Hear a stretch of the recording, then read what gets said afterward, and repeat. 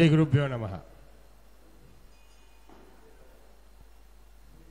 ఖమ్మం పట్టణం మావిళ్ళగూడెం గాయత్రీ భవనంలో శ్రీ విశ్వనాథ సత్యనారాయణ గారి చేత రచించబడిన శ్రీ రామాయణ కల్పవృక్ష ప్రవచనాల్లో భాగంగా కిష్కింధకాండలో 4వ ఉపన్యాసము సమీకరణ ఖండం శ్రీమాన్ కె కోదండరామాచార్యుల గారి చేత ప్రారంభించబడుతున్నది. మాకు గురువు గారితో ఒక 30 సంవత్సరాల అనుబంధం. శివాలయంలో కానీ ఇతర వేదికల మీద కానీ అలాగే గాయత్రీ భవనంలో కానీ భాగవత సప్తాహము, చాతుర్మాస దీక్షలు, ఇతర కార్యక్రమాల్లో నాకు వ్యక్తిగతంగా ఆర్గనైజర్గా ఏంటంటే కోదండరామాచార్యుల గారికి కార్యక్రమం అప్పచెప్పారంటే దాని గురించి ఆలోచించుకోకర్లేదు. మేము ఆ సమయపాలన కొంతమంది ఇబ్బంది పడుతుంటారు. సామూహికమైన కార్యక్రమాల్లో సమయపాలనని అతి క్లిష్టంగా సమర్థవంతంగా నిర్వహిస్తుంటారు. ఆ క్షణానికి అయ్యో గురువు గారు కొద్దిగా ఇవాళ మన్ని కట్టడి చేశారనుకుంటారు. కానీ కార్యక్రమం అయిపోయిన తర్వాత మాత్రం ఆ కట్టడి చేయకపోతే ఇంత గొప్పగా కార్యక్రమం జరగదని అందరు పండితుల యొక్క అభిప్రాయం. నాకైతే ఏంటంటే ఎప్పుడు వారికి ఒక బాధ్యత అప్పచెప్పేస్తే దాని గురించి నేను ఆలోచించను. అట్లా ఈ నెల రోజుల ప్రవచనాల్లో మొదటి రోజు నుంచి అవతారిక వారు చెప్పినప్పటి నుంచి ఈ రోజు దాకా గొప్పతనం ఏంటంటే వారి ఉపన్యాసాలు చెప్పడమే కాకుండా ఇతర ఉపన్యాసాలు విని ఆనందించి వాళ్ళని ఎంత చాలా గొప్పగా చెప్పిన ఉపన్యాసాల ఆ ఘట్టాల్ని ప్రశంసించడం మాత్రం చాలా ఆనందం. అది అందరి వల్ల అయ్యే అంశం కాదు. అది అందుకోసం ఆయన అందరూ కూడా ఆయనకంటే పెద్దవాళ్ళు కూడా వయసులో ఆయన గురువు గారు అనడానికి అదే కారణం అనమాట. అంటే అక్కడ ఒక పటిష్టమైన ప్రవచనం వస్తే దానికి ఎప్పుడూ ఆయన హర్షం వ్యక్తం చేస్తారు. అటువంటి కోదండరామాచార్యుల గారు ఇవాళ కిష్కింధకాండలో సమీకరణ ఖండం మీద ప్రవచనం చెప్పటం మన అదృష్టం. వారిని ప్రవచనం ప్రారంభించవలసిందిగా సవినయంగా ప్రార్థిస్తున్నాం.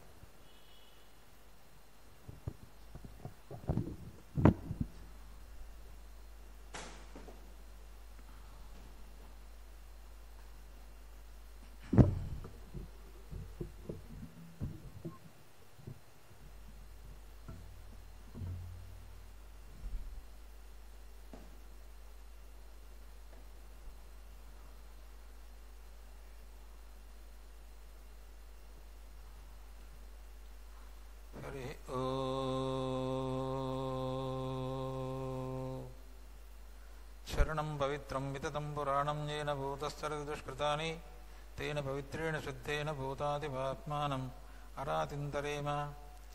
అగ్నేర్మన్వే ప్రథమశ్చ ప్రచేతసోయం పాంచజన్యం భావస్సమిందతే విశ్వస్యాం విశిప్రవిశివాగం సమీమహే సనో ముంచంత్వగం హసః.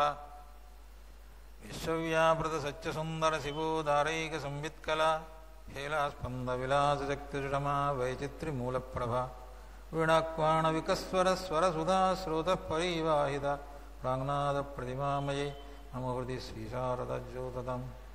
వ్యాఖ్యాముద్రాంకరసరజై పుస్తకం శంఖచక్రే బిభ్రద్భిన్న స్ఫటికరుచిరే పుండరీకే నిషణ్ణ ఆమ్లాన శ్రీరమృత విశదై అంశువి పావయన్మాం ఆవిర్భూయాదనగమైమ మానసే వాగధీశ.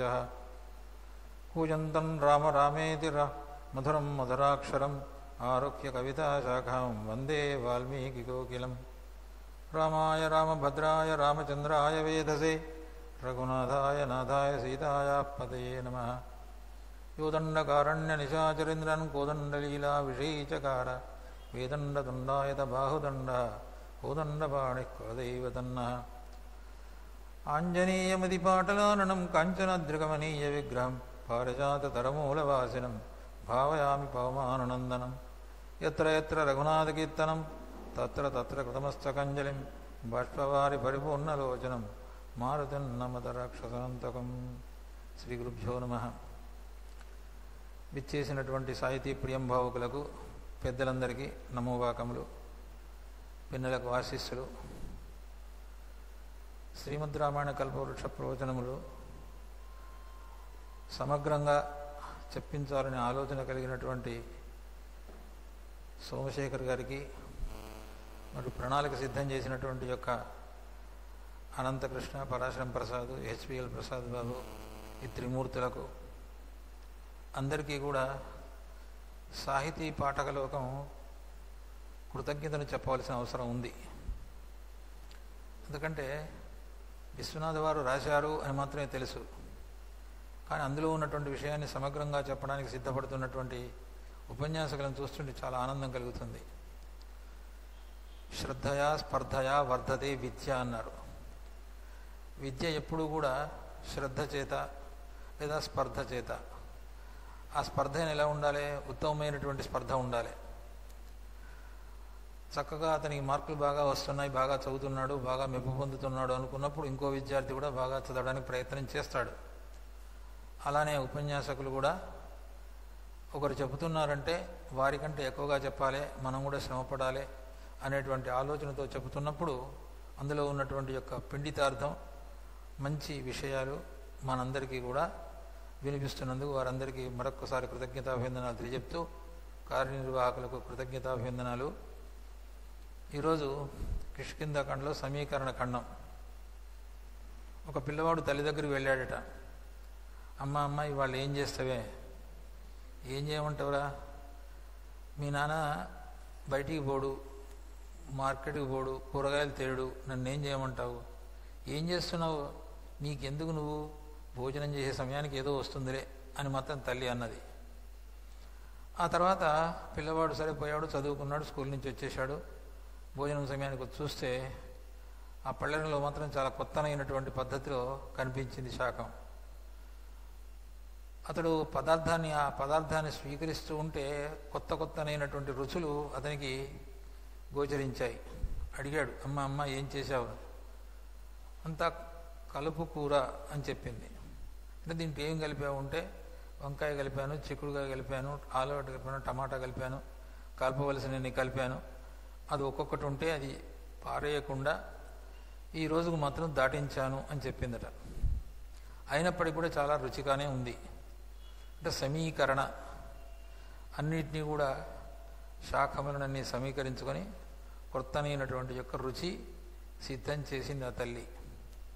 అలానే ఈ సమీకరణ ఖండంలో కూడా ఇంతకుముందు బాల, అయోధ్య, అరణ్య ఆ కాండాలలో ఉన్నటువంటి కథాభాగం ఉన్నట్టుగా ఇక్కడ సమీకరణ ఖండంలో ఉండదు.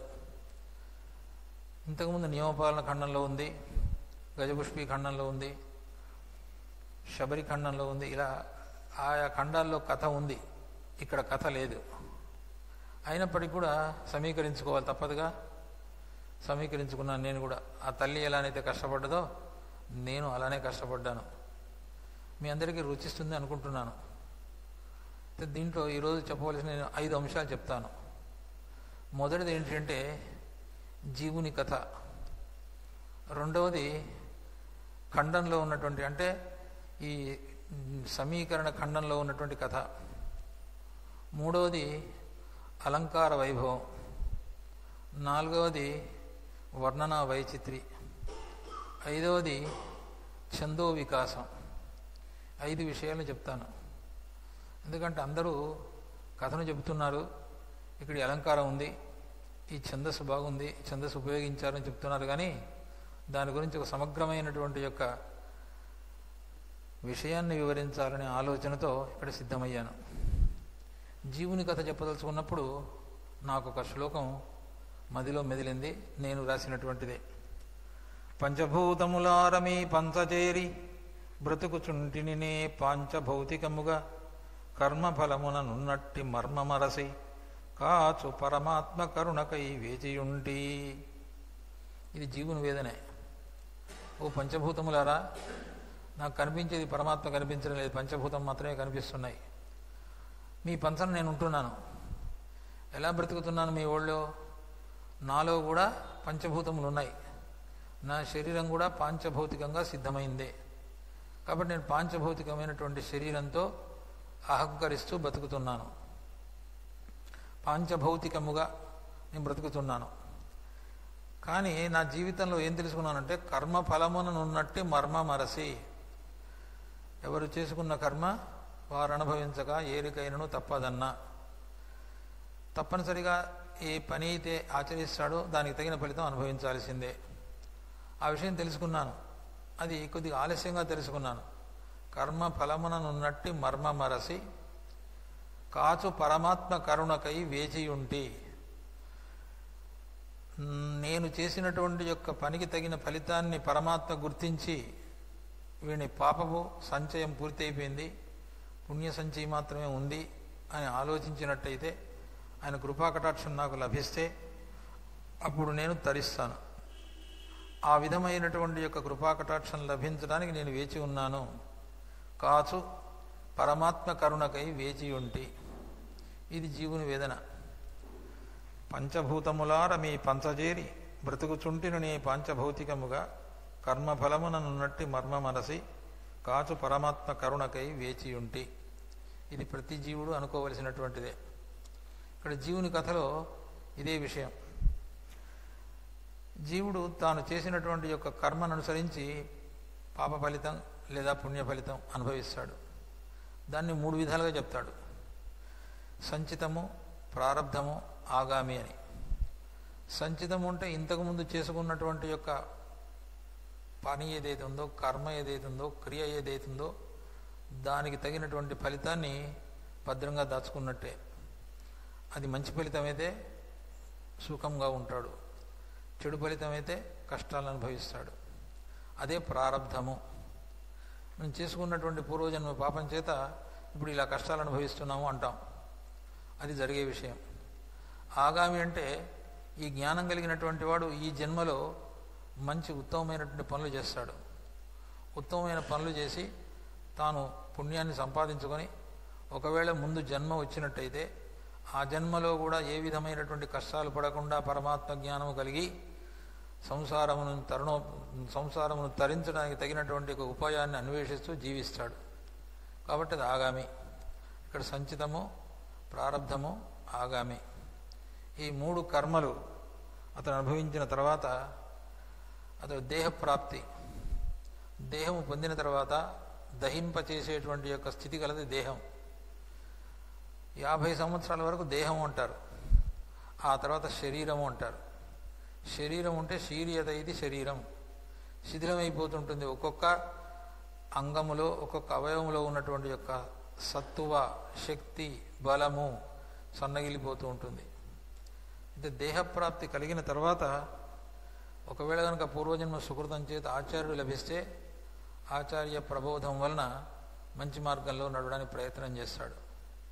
దాన్నే వరదగురుడు చెప్పాడు. సత్సంగాత్ భవనిస్పృహో గురుముఖాత్ శ్రీశం ప్రపజ్యాత్మవాన్ ప్రారబ్ధం పరిభుజ్య కర్మ సకలం ప్రక్షీణ కర్మాంతర న్యాసాదేవ నిరంకుశేశ్వరదయ నిర్లోన మాయాన్వయ. సత్పురుషుల సహవాసం చేత సంసారంలో జీవిస్తూనే దాని యందు విముఖతను కలిగి పరమాత్మను చేరడానికి ఆచార్యుడు చూపించినటువంటి మార్గంలో వెళ్ళడానికి ప్రయత్నం చేస్తూ ఉంటాడు. ఆ విధమైనటువంటి ఆచార్య ప్రబోధం వల్ల అతడు పరమాత్మను చేరుకోవడానికి మార్గాన్ని వెతుకుంటాడు. వీలైతే పరమాత్మను సందర్శిస్తాడు. పరమాత్మను సందర్శించిన తర్వాత తనలో ఉన్నటువంటి యొక్క ఆలోచనలు, తనలో ఉన్నటువంటి యొక్క గుణాలు, తనలో ఉన్నటువంటి భావాలను ప్రకటిస్తాడు. ఆ ప్రకటించి పరమాత్మకు తన యొక్క బాధను, తన యొక్క వేదనను, తన యొక్క ఆనందాన్ని, తన యొక్క కష్టాన్ని, సుఖాన్ని అన్నీ విన్నవించుకుంటాడు. అవసరమైతే ఉపచారములు కూడా చేస్తాడు. ఈ ఉపచారములు 32 ఉపచారములు ఉన్నాయి, 32. అందు సగం 16 కూడా ఉన్నాయి, 12 ఉన్నాయి, 8 ఉన్నాయి. కానీ 5 ఉపచారాలు కూడా ఉన్నాయి. పంచోపచారములు చాలా ప్రధానమైనవి అంటారు. పంచోపచారములలో ఏంటి? మొదటిది వందనం, రెండవది ధ్యానం, మూడవది ధూపం, నాలుగవది దీపం, ఐదవది ద్రవ్య సమర్పణం. 5 ప్రధానమైనటువంటిది. అయితే ఇక్కడ సాధకుడైనటువంటి వాడు ఏ విధమైనటువంటి యొక్క ఉపకరణం లేకపోయినప్పటికీ కూడా వందనం చేయడంలో తప్పులేదు. అతనికి చేతులు ఉన్నాయి కాబట్టి వందనం చేయొచ్చు, మనసు ఉన్నది కాబట్టి ధ్యానం చేయొచ్చు. ధూపము మంచి ఆలోచనలు ఏవైతే ఉన్నాయో ఆలోచనలే ధూపము. ధూపం ఇలా వ్యాపిస్తుందో మన మనసులో ఉన్నటువంటి ఆలోచనలు కూడా, ఆలోచనలు తగినటువంటి ఆచరణ కూడా ఇతరులకు ఆనందాన్ని కలిగింపచేస్తుంది, పరిమళం వ్యాపిస్తుంది. కాబట్టి అక్కడ ఆలోచనలు ధూపం అన్నారు. బుద్ధి వికసించినప్పుడు అది దీపంలాగా ప్రకాశిస్తుంది. బుద్ధి అనేది దీపం. ద్రవ్య సమర్పణ అంటే ఆత్మ సమర్పణ. ఇవి 5. ఈ 5 ఉపచారాలు చేస్తాడు.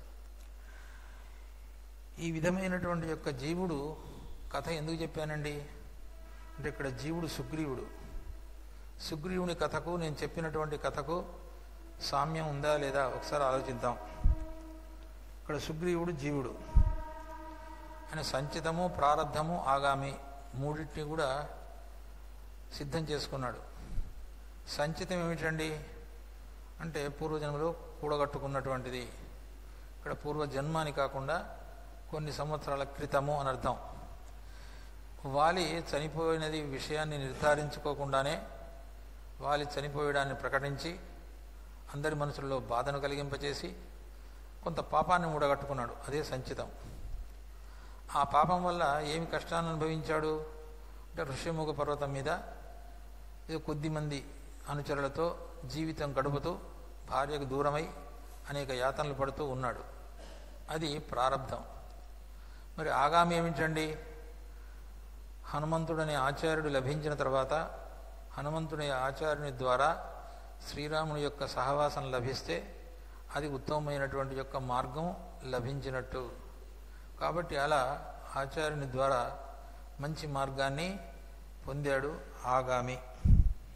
ఇలాంటి యొక్క సుగ్రీవునికి పరమాత్మ దర్శనం వల్ల ఏం లాభం జరిగిందండి? ఆచార్యుని ప్రబోధం వల్ల ఏం లాభం జరిగింది అంటే రాజ్యప్రాప్తి, సుఖభోగ అనుభవము, ఇవి 2 కలిగాయి. మనిషి దేహం వచ్చిన తర్వాత, పదవి వచ్చిన తర్వాత, అధికారంలోకి వచ్చిన తర్వాత సుఖభోగాలను అనుభవిస్తున్నప్పుడు తన యొక్క ఉనికిని మరిచిపోయాడు అంటే మాత్రం అప్పుడు మళ్ళీ ఇంకో ఆచార్యుడు కావాలి, ఇంకొకరు ప్రబోధించేవారు కావాలి. అప్పుడు ఏమవుతుంది అంటే 2వ ఆచార్యుడు అవుతాడు అతడు. అలానే ఇక్కడ సుగ్రీవుడు మత్తులో అతడు పూర్తిగా మరిచిపోయినప్పుడు లక్ష్మణుడు వచ్చి జ్ఞాపకం చేశాడు. ఇక్కడ లక్ష్మణుడు 2వ ఆచార్యుడు, హనుమ మొదటి ఆచార్యుడైతే 2వ ఆచార్యుడు లక్ష్మణుడు. ఇలా లక్ష్మణుడి చేత ప్రబోధించినటువంటి వాడు శ్రీరాముని వద్దకు వచ్చి నమస్కారం చేశాడు, శ్రీరాముని దర్శనం చేశాడు. శ్రీరాముని దర్శనం చేసిన తర్వాత జీవుడు ఏం చేయాలి? తనలో ఉన్నటువంటి ఆనందాన్ని ప్రకటించాలి, తనలో ఉన్నటువంటి యొక్క గుణాలను ప్రకటించాలి, తనలో ఉన్న భావాలను ప్రకటించాలి. అదే వానర సైన్యాన్ని ప్రకటించడం. వానర సైన్యాన్ని ప్రకటించి వీళ్ళందరూ కూడా నీ అనుంగు సేవకులు, నీవు ఏ పని చెబితే ఆ పని చేయడానికి సిద్ధంగా ఉన్నారు, కాబట్టి నీవు మాత్రం ఆజ్ఞ ఇవ్వవలసింది అని సుగ్రీవుడు తన వానర సైన్యాన్ని తాను పూర్తిగా రామునికి అప్పచెప్పాడు. కాబట్టి ఇక్కడ జీవుడు పూర్తిగా సుగ్రీవుడైనటువంటి వాడు కష్టాలను అనుభవించాడు, సుఖాలను అనుభవించాడు, ఆచార్యుడి ప్రబోధం చేత పరమాత్మ దర్శనం చేశాడు, పరమాత్మ యొక్క అనుగ్రహాన్ని పొందాడు. ఇది కిష్కింధకాండలో సుగ్రీవుని జీవుని కథ. ఈ జీవుని కథ వల్ల మనం నేర్చుకోవాల్సింది ఏమిటి అంటే, మనం జీవితంలో ఏదైనా పొరపాటు చేసినప్పటికీ కూడా ఉత్తముడైనటువంటి ఆచార్యుడు లభించినప్పుడు, లేదా సజ్జనుడు లభించినప్పుడు, ఒక మిత్రుడు లభించినప్పుడు, లేదా ఒకనొక సందర్భంలో భార్య హితబోధ చేసినప్పుడు దాని గురించి ఆలోచించి ఇది మంచి మార్గము, ఈ మార్గంలో వెళితే నాకు లాభం జరుగుతుంది అనే వివేచనా జ్ఞానాన్ని పొందినప్పుడు మనిషి బాగుపడతాడు, లేకపోతే బాగుపడడు. సుగ్రీవుడు మద్యమును సేవిస్తూ సుఖభోగాలను అనుభవిస్తూ ఉన్నప్పటికీ కూడా కొంత భయంతో తార చెప్పిన విషయాన్ని, హనుమంతుడు చెప్పిన విషయాన్ని అదంతా నిన్న చెప్పారు. లక్ష్మణుడు ఆ చెప్పినటువంటి విషయాన్ని కూడా విని మళ్ళీ మంచి మార్గంలోకి రావడానికి సిద్ధపడ్డాడు. అది జీవునిలో ఉండవలసిన విషయం. మనిషి తప్పులు చేయడని కాదు, చేస్తాడు, చేసినా సరిదిద్దుకోవలసినటువంటి అవసరం ఉంది. ఇది ఈ జీవుని కథలో ఉన్నటువంటి అంశం. ఇదే సుగ్రీవుని కథకు ఉన్నటువంటిది. మరి ఇక్కడ వానరులను తూర్పు దిశ కొందరిని, దక్షిణ దిశ కొందరిని, పడమర దిశ కొందరిని, ఉత్తర దిశ కొందరిని పంపించాడు కదా. అది ఎలా అంటే తూర్పు దిశకు పంపినటువంటి వందనం, దానికి ఫలితం ఏం లభించలే. కానీ దక్షిణ దిశకు పంపించింది ధ్యానం. ధ్యానం కాబట్టి అక్కడ ఉన్నటువంటి వారి వల్ల ఫలితం లభించింది. పడమర దిశకు పంపించింది ధూపం, అది గాలిలో కలిసిపోయింది. ఉత్తర దిశకు పంపించినటువంటి వానర సైన్యం వల్ల ఫలితం లభించలే, అది దీపం, అక్కడికి మాత్రమే వెలుగు చూపించింది. తర్వాత మధువన భంజనంతో ద్రవ్య సమర్పణ. ఇది సుగ్రీవుని యొక్క జీవితంలో ఉన్నటువంటి యొక్క కథ. ఇక కావ్యఖండంలో ఉన్నటువంటి కథాంశం చదువుతాం. లక్ష్మణుడు సుగ్రీవుడు ఇద్దరు కౌగిలించుకున్న తర్వాత లక్ష్మణుడికి చక్కనైనటువంటి పల్లకిని ఏర్పాటు చేశాడు. ఆ పల్లకిలో కూర్చోమన్నాడు. ఆ పల్లకిలో లక్ష్మణుడు కూర్చున్న తర్వాత సుగ్రీవుడు కూడా కూర్చొని రాముణ్ణి దర్శించడానికి వెళుతున్నాడు. అక్కడి నుంచి కథ ప్రారంభమవుతుంది. కపిరాజక్యను వెంట అంటే లక్ష్మణుడు వెంట రాఘవ దిదృక్షాలగ్న చిత్తాత్ముడై, శ్రీరాముణ్ణి చూడాలని ఆలోచన కలవాడై, ఎప్పుడూ కూడా మనసులో కోరిక బలీయమైనప్పుడు మాత్రమే పని చేయగలుగుతాడు, లేకపోతే ఎవరూ చేయలేరు. అందుకే అంటారు, గుర్రాన్ని నీళ్ల వరకు తీసుకొని పోయాం కానీ తాగించేవాడు ఎవడునే. అది తాగాలనుకుంటే తాగుతుంది, లేకపోతే తాగదు. అలానే మనిషికి కూడా మనసులో బలమైనటువంటి కోరిక ఉన్నప్పుడు మాత్రమే ఆ పని చేయగలుగుతాడు. కాబట్టి రాముణ్ణి దర్శించాలనే ఆలోచన అతనిలో ఉంది. కాబట్టి లక్ష్మణుడు చెప్పినా, తార చెప్పినా, హనుమంతుడు చెప్పినా విన్నాడు. లక్ష్మణుడు వెంట బయలుదేరాడు. కపిరడ్వాహకులంత పల్లకి భుజ స్కందంబులందూపగా నిపుణుల్ మేనులు తూగకుండగను వెన్వెంటం ప్రగచ్చమూ విపులారవముచే పరస్పర వచో విస్పష్టతల్ కల్గన్.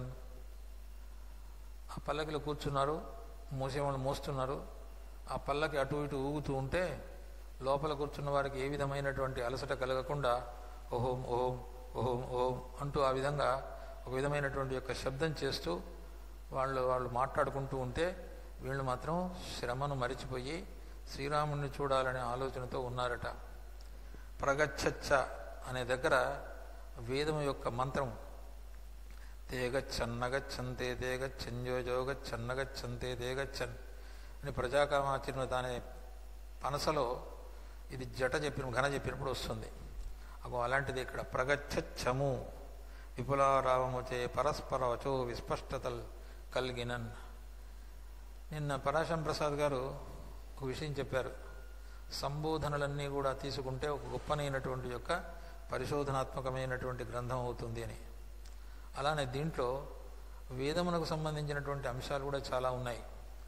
వేదవాక్యములలో ఉన్నటువంటి అంశాలను, భావాలను దీంట్లో నిబద్ధత చేశారు. అప్పుడు సుగ్రీవుడు శ్రీరామునికి నమస్కారం చేశాడు. వానరుల గురించి చెప్తున్నాడు. పంచగిరీంద్ర నివాసులు వీరు, వింధ్య హిమాచల మందర కైలాస మహేంద్ర పర్వతములు మేరు పర్వతములందు ఉంటారు వీరు అని వారందరినీ పరిచయం చేశాడు. ఇంకేమన్నాడు? ప్రభువీరందరూ తత్కృపారస సముద్ర స్నాన పానాతురుల్ వల్లభువాక్యము ప్రతిష్ఠశేషదరు గోలాంగూల యూధోత్తముల్. నేను చెప్పితే వినడమే కాదు, ప్రభు నువ్వు చెప్పినా కూడా వీరందరూ వినడానికి సిద్ధంగా ఉన్నారు, నీ ఆజ్ఞను చక్కగా పాటిస్తారు అని ఆ విధంగా ఒక పని చేసేవాడిని చూపించినప్పుడు అతని యందు నమ్మకం కలిగేట్టుగా వదిలివానికి చెప్పాలి. రామునికి చెప్పాడలా. వల్లభవాక్యము ప్రతిష్ఠశేషదరు గోలాంగూల యూధోత్తముల్ అని వారిని పరిచయం చేస్తున్న ఎవరెవరు అంటారు. వీరు నాదేయులు, వీరు సాముద్రులు, పార్వతేయులు, వీరు ప్లవగపతులు, వీరి సంచాలన విధము సశైల కానన భూత దాత్రి సంధాన పదము. వీరు ఎక్కడి వారో తెలుసా? నాదేయులు అంటే నదీ తీరంలో నివసించేవారు. అంటే నదీ తీరంలో నివసించినప్పుడు అక్కడ ఉన్నటువంటి యొక్క పరిసరాలన్నీ బాగా గుర్తుపట్టగలుగుతారు. వీరు సాముద్రులు అంటే సముద్ర తీరమునందు నివసించేవారు. పార్వతేయులు అంటే పర్వతములందు నివసించేవారు. ప్లవగపతులు అంటే దుముకడం మాత్రమే వీరికి, లంఘించడం మాత్రమే ప్రధానమైనటువంటి అంశం. ఇలాంటి వారు ఎలా తిరుగుతారు? వీరి సంచాలన విధము, వీరందరూ తిరిగే విధము ఎలా ఉంటుంది అంటే సశైల కానన భూత ధాత్రి సంధాన పదము. పర్వతములు, అరణ్యములు, ఆకాశము, భూమి అంతటా కూడా తిరగేటువంటి శక్తి కలవారు వీరు అని స్పష్టంగా చెప్పాడు. రామునికి నమ్మకం కలిగేట్టుగా తన సేన గురించి చెప్పిన తర్వాత అప్పుడు రాముడు అంటాడు, స్నేహ ప్రభావం యొక్క గొప్పతనం చెప్తున్నాడు. ఒక ఉత్తములైనటువంటి యొక్క స్నేహితులు ఇద్దరు కలిసినప్పుడు లోకం క్షేమంగా ఉంటుంది, ఆ పరిసరాలు క్షేమంగా ఉంటాయి. ఆ విషయాన్ని ఇక్కడ చెప్తున్నాడు. అనిలుడు గాలి వీచు, వాయుదేవుడు స్వచ్ఛమైనటువంటి గాలిని వీస్తున్నాడు. కమలప్తుడు దారుని నెల్ల పాకమం వనరుచు వానలిచ్చును. సూర్యుడు ఆదత్తేహి రసం రవిహి అంటాడు కాళిదాసు. సముద్రం నుంచి నీరును స్వీకరించి మళ్ళీ కిరణముల ద్వారా మేఘునికి చేర్చి వర్షం కురవడానికి సూర్యుడు కారణమవుతాడు. అంతేకాకుండా అమోఘుడు మేఘుడు వర్షాన్ని కురిపిస్తాడు. అంటే ఇలా ముగ్గురు కూడా భూజనులకు ఏమేమి కావాలనో, ఒకరు చల్లనైనటువంటి ప్రాణవాయువుని అందిస్తారు, ఒకరు వర్షాన్ని అందిస్తారు, ఒకరి చైతన్యాన్ని అందిస్తారు. ఇక్కడ ప్రతి మనిషికి కావలసినటువంటి 3 మాత్రమే. ఆ విషయం చెప్తున్నాడు ఇక్కడ. నిన్ను వంటి సజ్జనులను మిత్ర సత్కృతి వశం వదలౌదురు, భూతదాత్ర నిల్వను తమరెల్ల ధర్మ శబలంబగు త్రోవలు పట్టిపోవచున్. మీలాంటి స్నేహితులు ఉండడం వల్ల ఇలా జరుగుతున్నది అని రాముడు అన్నాడు. చాలా సంతోషించాడు.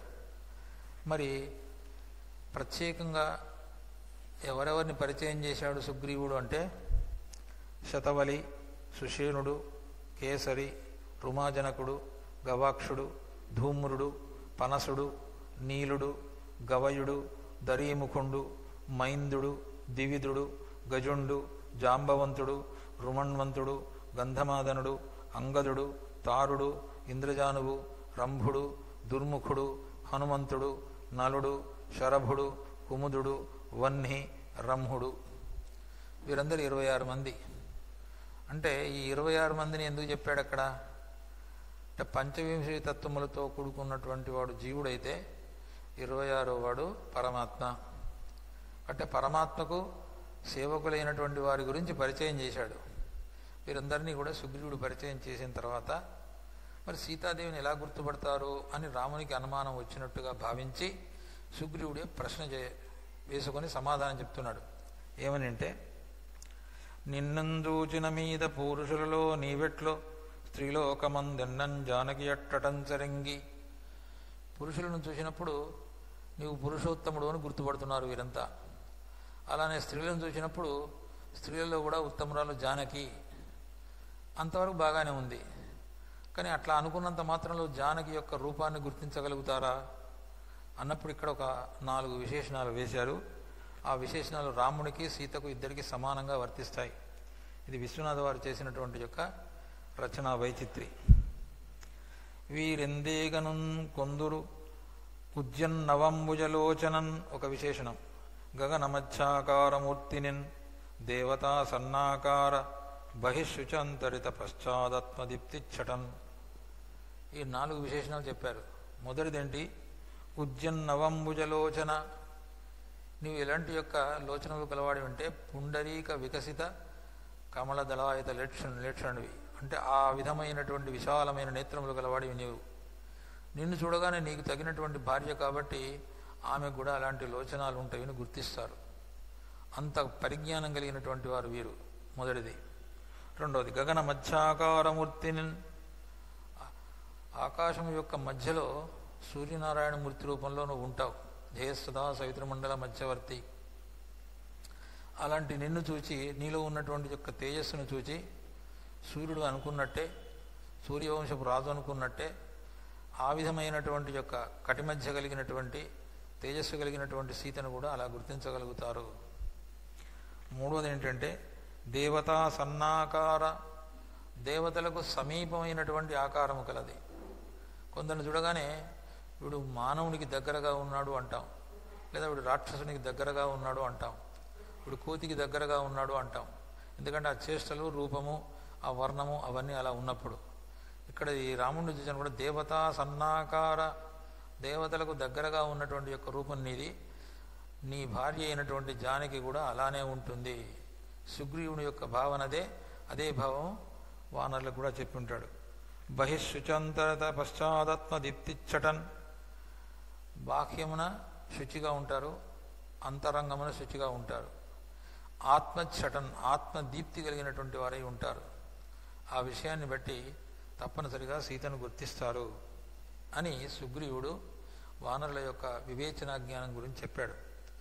చెప్పిన తర్వాత భవదాజ్ఞా ప్రతిపాలనము చేయుదును అని సుగ్రీవుడు ఎప్పుడైతే రాముడితో అన్నాడో రాముడికి చాలా సంతోషం కలిగింది. సంతోషం కలిగి ఏమన్నాడు? మనకు బాలరాముడు త్రిలోకాధిపతి శ్రీమాన్ సుగ్రీవన్ నాథమిచ్చతి. 3 లోకాలకు ప్రభు అయినటువంటి యొక్క శ్రీమన్నారాయణుడే రాముని రూపంలో ఉన్నాడు. అయినప్పటికీ కూడా ఒకానొక వానరుణ్ణి అధిపతిగా, నాథునిగా ఎంచుకున్నాడు అని అంటారు. అంటే సౌలభ్య గుణం. ఇక్కడ కూడా చెప్తున్నాడు. క్రేవల కన్నుదోయ పులకించిన కంతులు చెంగలింప సుగ్రీవుని కౌగలించుకొని మనిషి మనసులో ఉన్నటువంటి భావం ఎలా కనిపిస్తుందంటే మొదట ముఖంలో కనిపిస్తుంది, బొమ్మలలో కనిపిస్తుంది, కనులలో కనిపిస్తుంది, ముక్కులో కనిపిస్తుంది, ఆ తర్వాత చేతలలో కనిపిస్తుంది.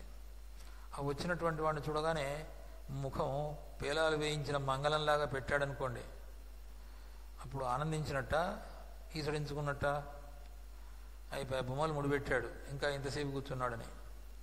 అప్పుడు ముక్కు చీత్తున్నాడు అనుకోండి, ఒక్కోసారి ఏమీ లేకున్నా మాటి మాటికి దగ్గుతున్నాడు అనుకోండి, ఏదో చేస్తుంటే అవతలి వాడు ఉండడం ఇష్టం లేదు అంటే ఇలా మనసులో ఉన్నటువంటి భావాలను వ్యక్తం చేయడానికి ఈ ముఖంలో ఉన్నటువంటి అవయవములు ఉపయోగపడతాయి. ఇక్కడ శ్రీరాముడు కేవల కన్నుదోయు పులకించిన కంతులు చెంగలింప, రాముడి మనసులో ఆనందం కలిగింది. ఆ ఆనందం ఎలా అతని యొక్క కనులలో కనిపిస్తూ ఉన్నదట.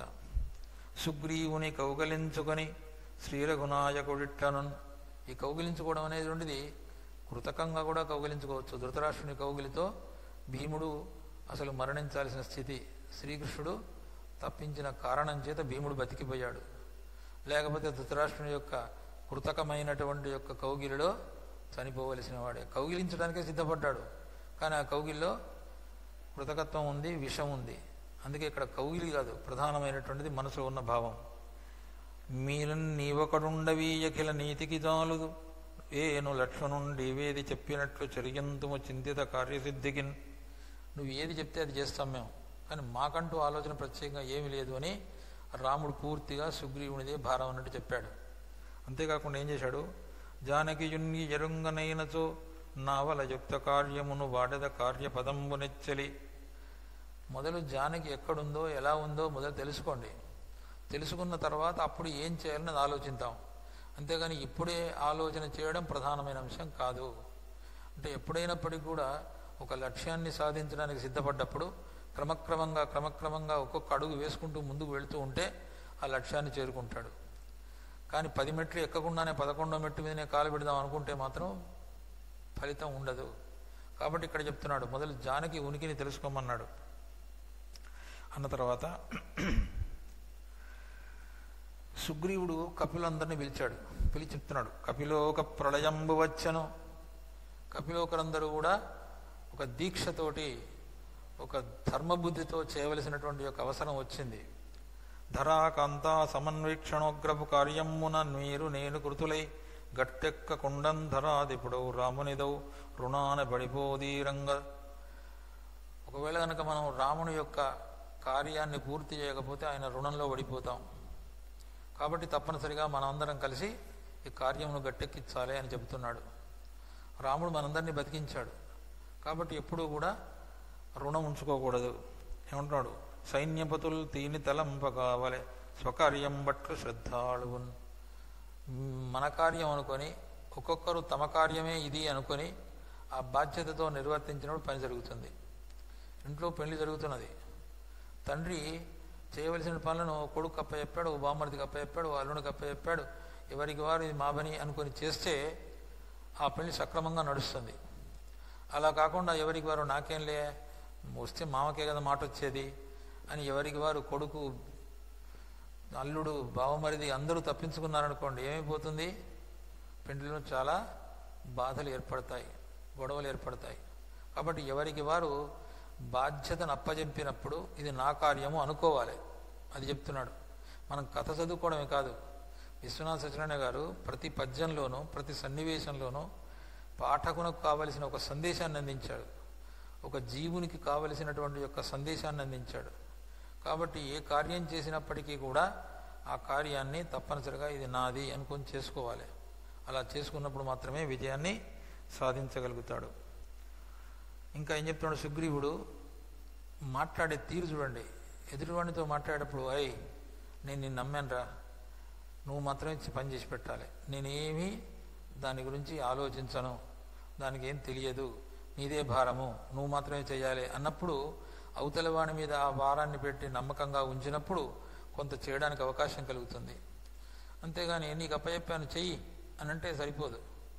అవతలి వాని యొక్క మనస్సు కరిగేట్టుగా, అతని బుద్ధికి తోచేట్టుగా మాట్లాడాలి. ఇక్కడ మాట్లాడుతున్న చూడండి, ఇంతకుముందు వాలి తన పని తాను చేసుకున్నాడు, తన యొక్క శక్తి బలం చేత, తన యొక్క బుద్ధి బలం చేత. కానీ దోశక్తి చేత వాలి తన పనులు తాన చేసి కొంచెను వహించే నేను మీరెల్ల నాధారమైన వారు. మీ మీదనే ఆధారపడ్డాను, నాకు వేరే దిక్కు లేదు అని స్పష్టంగా చెప్పాడు సుగ్రీవుడు.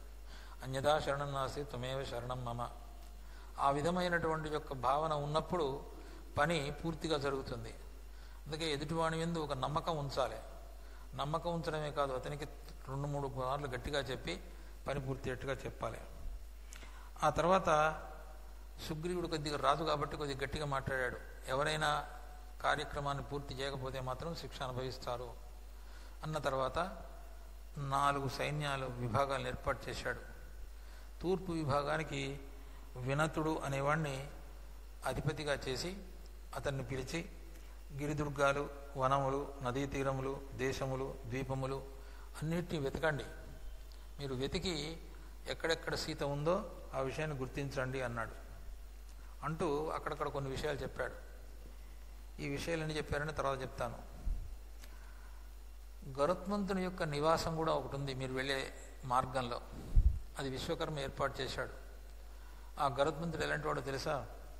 ఏవాడు మా హనుమవలే ఇలయల్ల నెరకలదాల్చు నా వైనతేయుడు విద్యుదాభోగ హరితాంశుమూర్తి ఆవాసమయ్యుండు నచట. వైనతేయుని యొక్క నివాసాన్ని మీరు చూస్తారు. వైనతేయుడు ఎంతటివాడో తెలుసా? మా హనుమ ఎంతటివాడో వైనతేయుడు అంతటివాడు అన్నాడు. అంటే తోటి వారందరికీ కూడా ఒక హనుమంతుని యందు ఒక గొప్పనైనటువంటి భావం, ప్రేమ, అభిమానం కలగడానికి ఆ విధంగా మాట్లాడాడు. రాజు మాట్లాడినప్పుడు ఎంత జాగ్రత్తగా మాట్లాడాలంటే అది చెప్పాడు. ఏవాడు మా హనుమవలే ఇలయల్ల నిరకలదాల్చు ఆ వైనతేయుడు విద్యుదాభోగ హరితంశుమూర్తి ఆవాసమేయుండు నచట. అక్కడ కనిపిస్తాడు గరుత్మంతుడు. అంటే మీరు హనుమంతుని ఎంత ప్రేమగా చూస్తూ ఉన్నారో గరుత్మంతుని అంతే ప్రేమగా చూడాలి. సుపర్ణోసి గరుత్మాన్ త్రివృత్తేశో గాయత్రం జక్షస్తోమ ఆత్మా సామదే తనూర్వామ దేవ్యం బృహద్రదంతరే పక్షాయజ్ఞం అని ఇది గరుత్మంతుని యొక్క మంత్రం, ఋగ్వేదంలో ఉన్నటువంటి మంత్రం. అతడు ఎలాంటి వాడు ఉంటే వేదాత్మ విహగేశ్వర అలాంటి వాడు అక్కడ ఉంటాడు. అతనికి నమస్కారం చేయండి. అంతేకాకుండా మందేహులని రక్కసులు ఉంటారు. వారు సూర్యుని యొక్క నడకకు విఘ్నం కలిగిస్తూ ఉంటారు. కానీ బ్రాహ్మణులు ఇచ్చినటువంటి అర్ఘ్యం చేత వారు నశించి మరల బ్రతుకుతూ ఉంటారు అని చెప్పగానే ఒకానొక వానరునికి ఆశ్చర్యం కలిగిందట. అతని యొక్క ముఖాన్ని చూచి విషయం చెప్పాడు. అర్ఘ్యతే పూజ్యతే అభీష్టదేవత అనేనేది అర్ఘ్య. అర్ఘ్యం చేత అంటే మనం దోసిట్లో ఉన్నటువంటి నీరు చేత ఆ ఎదుట ఉన్నటువంటి యొక్క దేవతను తృప్తిపరచడానికి ప్రయత్నం చేస్తున్నాం కాబట్టి అది అర్ఘ్యము అంటారు. అర్ఘ్యతే పూజ్యతే అభీష్టదేవత అనేన ఇది అర్ఘ్య. దాని నిర్వచనం అది. అందుకే పరమాత్మకు అర్ఘ్యం ఇస్తాం, పాద్యం ఇస్తాం, ఆచమనీయం అంటాం. ఇక్కడ మందేహులని రాక్షసుల గురించి తైత్తిరీయారణ్యకంలో ఒక అనువాకం ఉంది. రక్షాగం శివ పురోనువాకే తపోగ్రమతిష్టంత తాన్ ప్రజాపతిర్వరేణో పాపంత్రయంత తాని పరమవృణీతాదిత్యోనో యోద్ధా ఇది తాన్ ప్రజాపతిరబ్రవీత్ యోదయధ్వమితి తస్మాదుత్తిష్టవం హవా తాని రక్షాగు స్యాదిత్యం యోదయంతి యావదంతమన్వగా తాని హవా ఏతాని రక్షాగుంసి గాయత్ర్యా అభిమంత్రియంతే నాంభసా శామ్యంతి తుహవా ఏదే బ్రహ్మవాదినః పూర్వాభిముఖా సంధ్యాయాం గాయత్ర్యాభిమంత్రిత ఆప ఊర్ధ్వం విక్షిపంతి తా ఏతా ఆపో వజ్రీభూత్వా తాని రక్షాగుంసి మందేహారుణే ద్వీపే ప్రక్షిపంతి యత్ప్రదక్షిణం ప్రక్రమంతి తేన పాప్మానో భూర్వంచున్ ఉద్వయంతం యంతం ఆదిత్యం అభిధ్యాయన్ కుర్వన్ బ్రాహ్మణో విద్వాన్ సకలం భద్రమశ్రుతే సావాదిత్యో బ్రహ్మేది బ్రహ్మైవ సన్ బ్రహ్మాప్యేది ఏవం వేద. తైత్తిరీయారణ్యకంలో నాన్వాకం.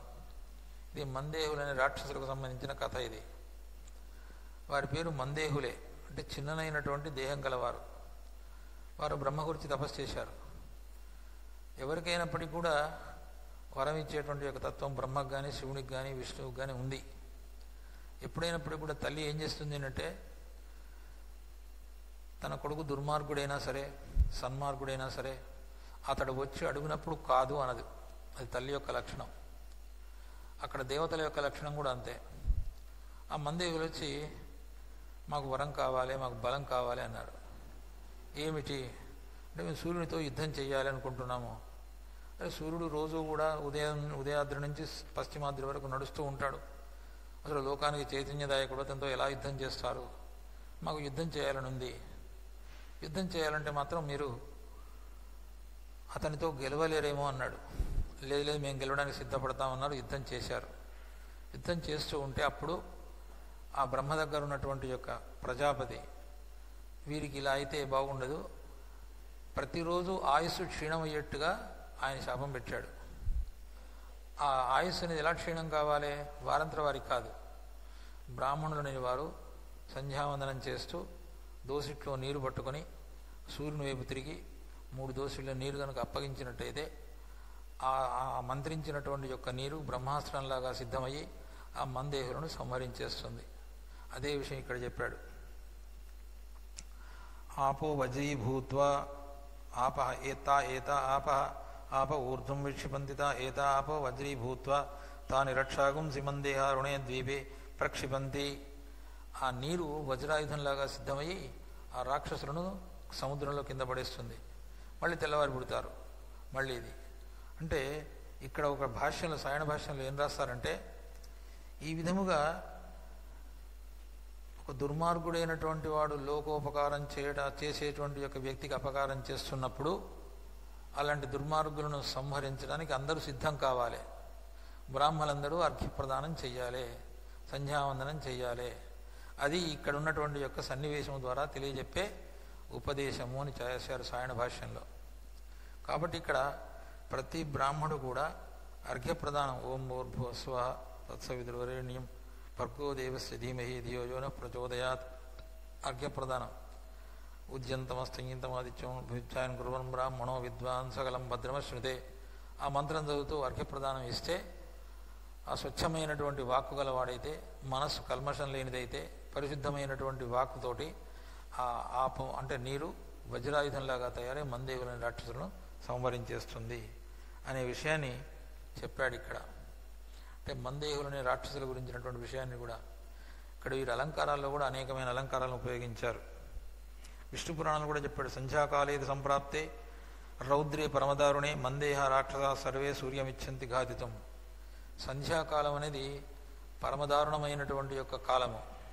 అందుకే సూర్యుడు ఉదయిస్తున్నప్పుడు నిద్రపోకూడదు, సూర్యుడు అస్తమిస్తున్నప్పుడు నిద్రపోకూడదు.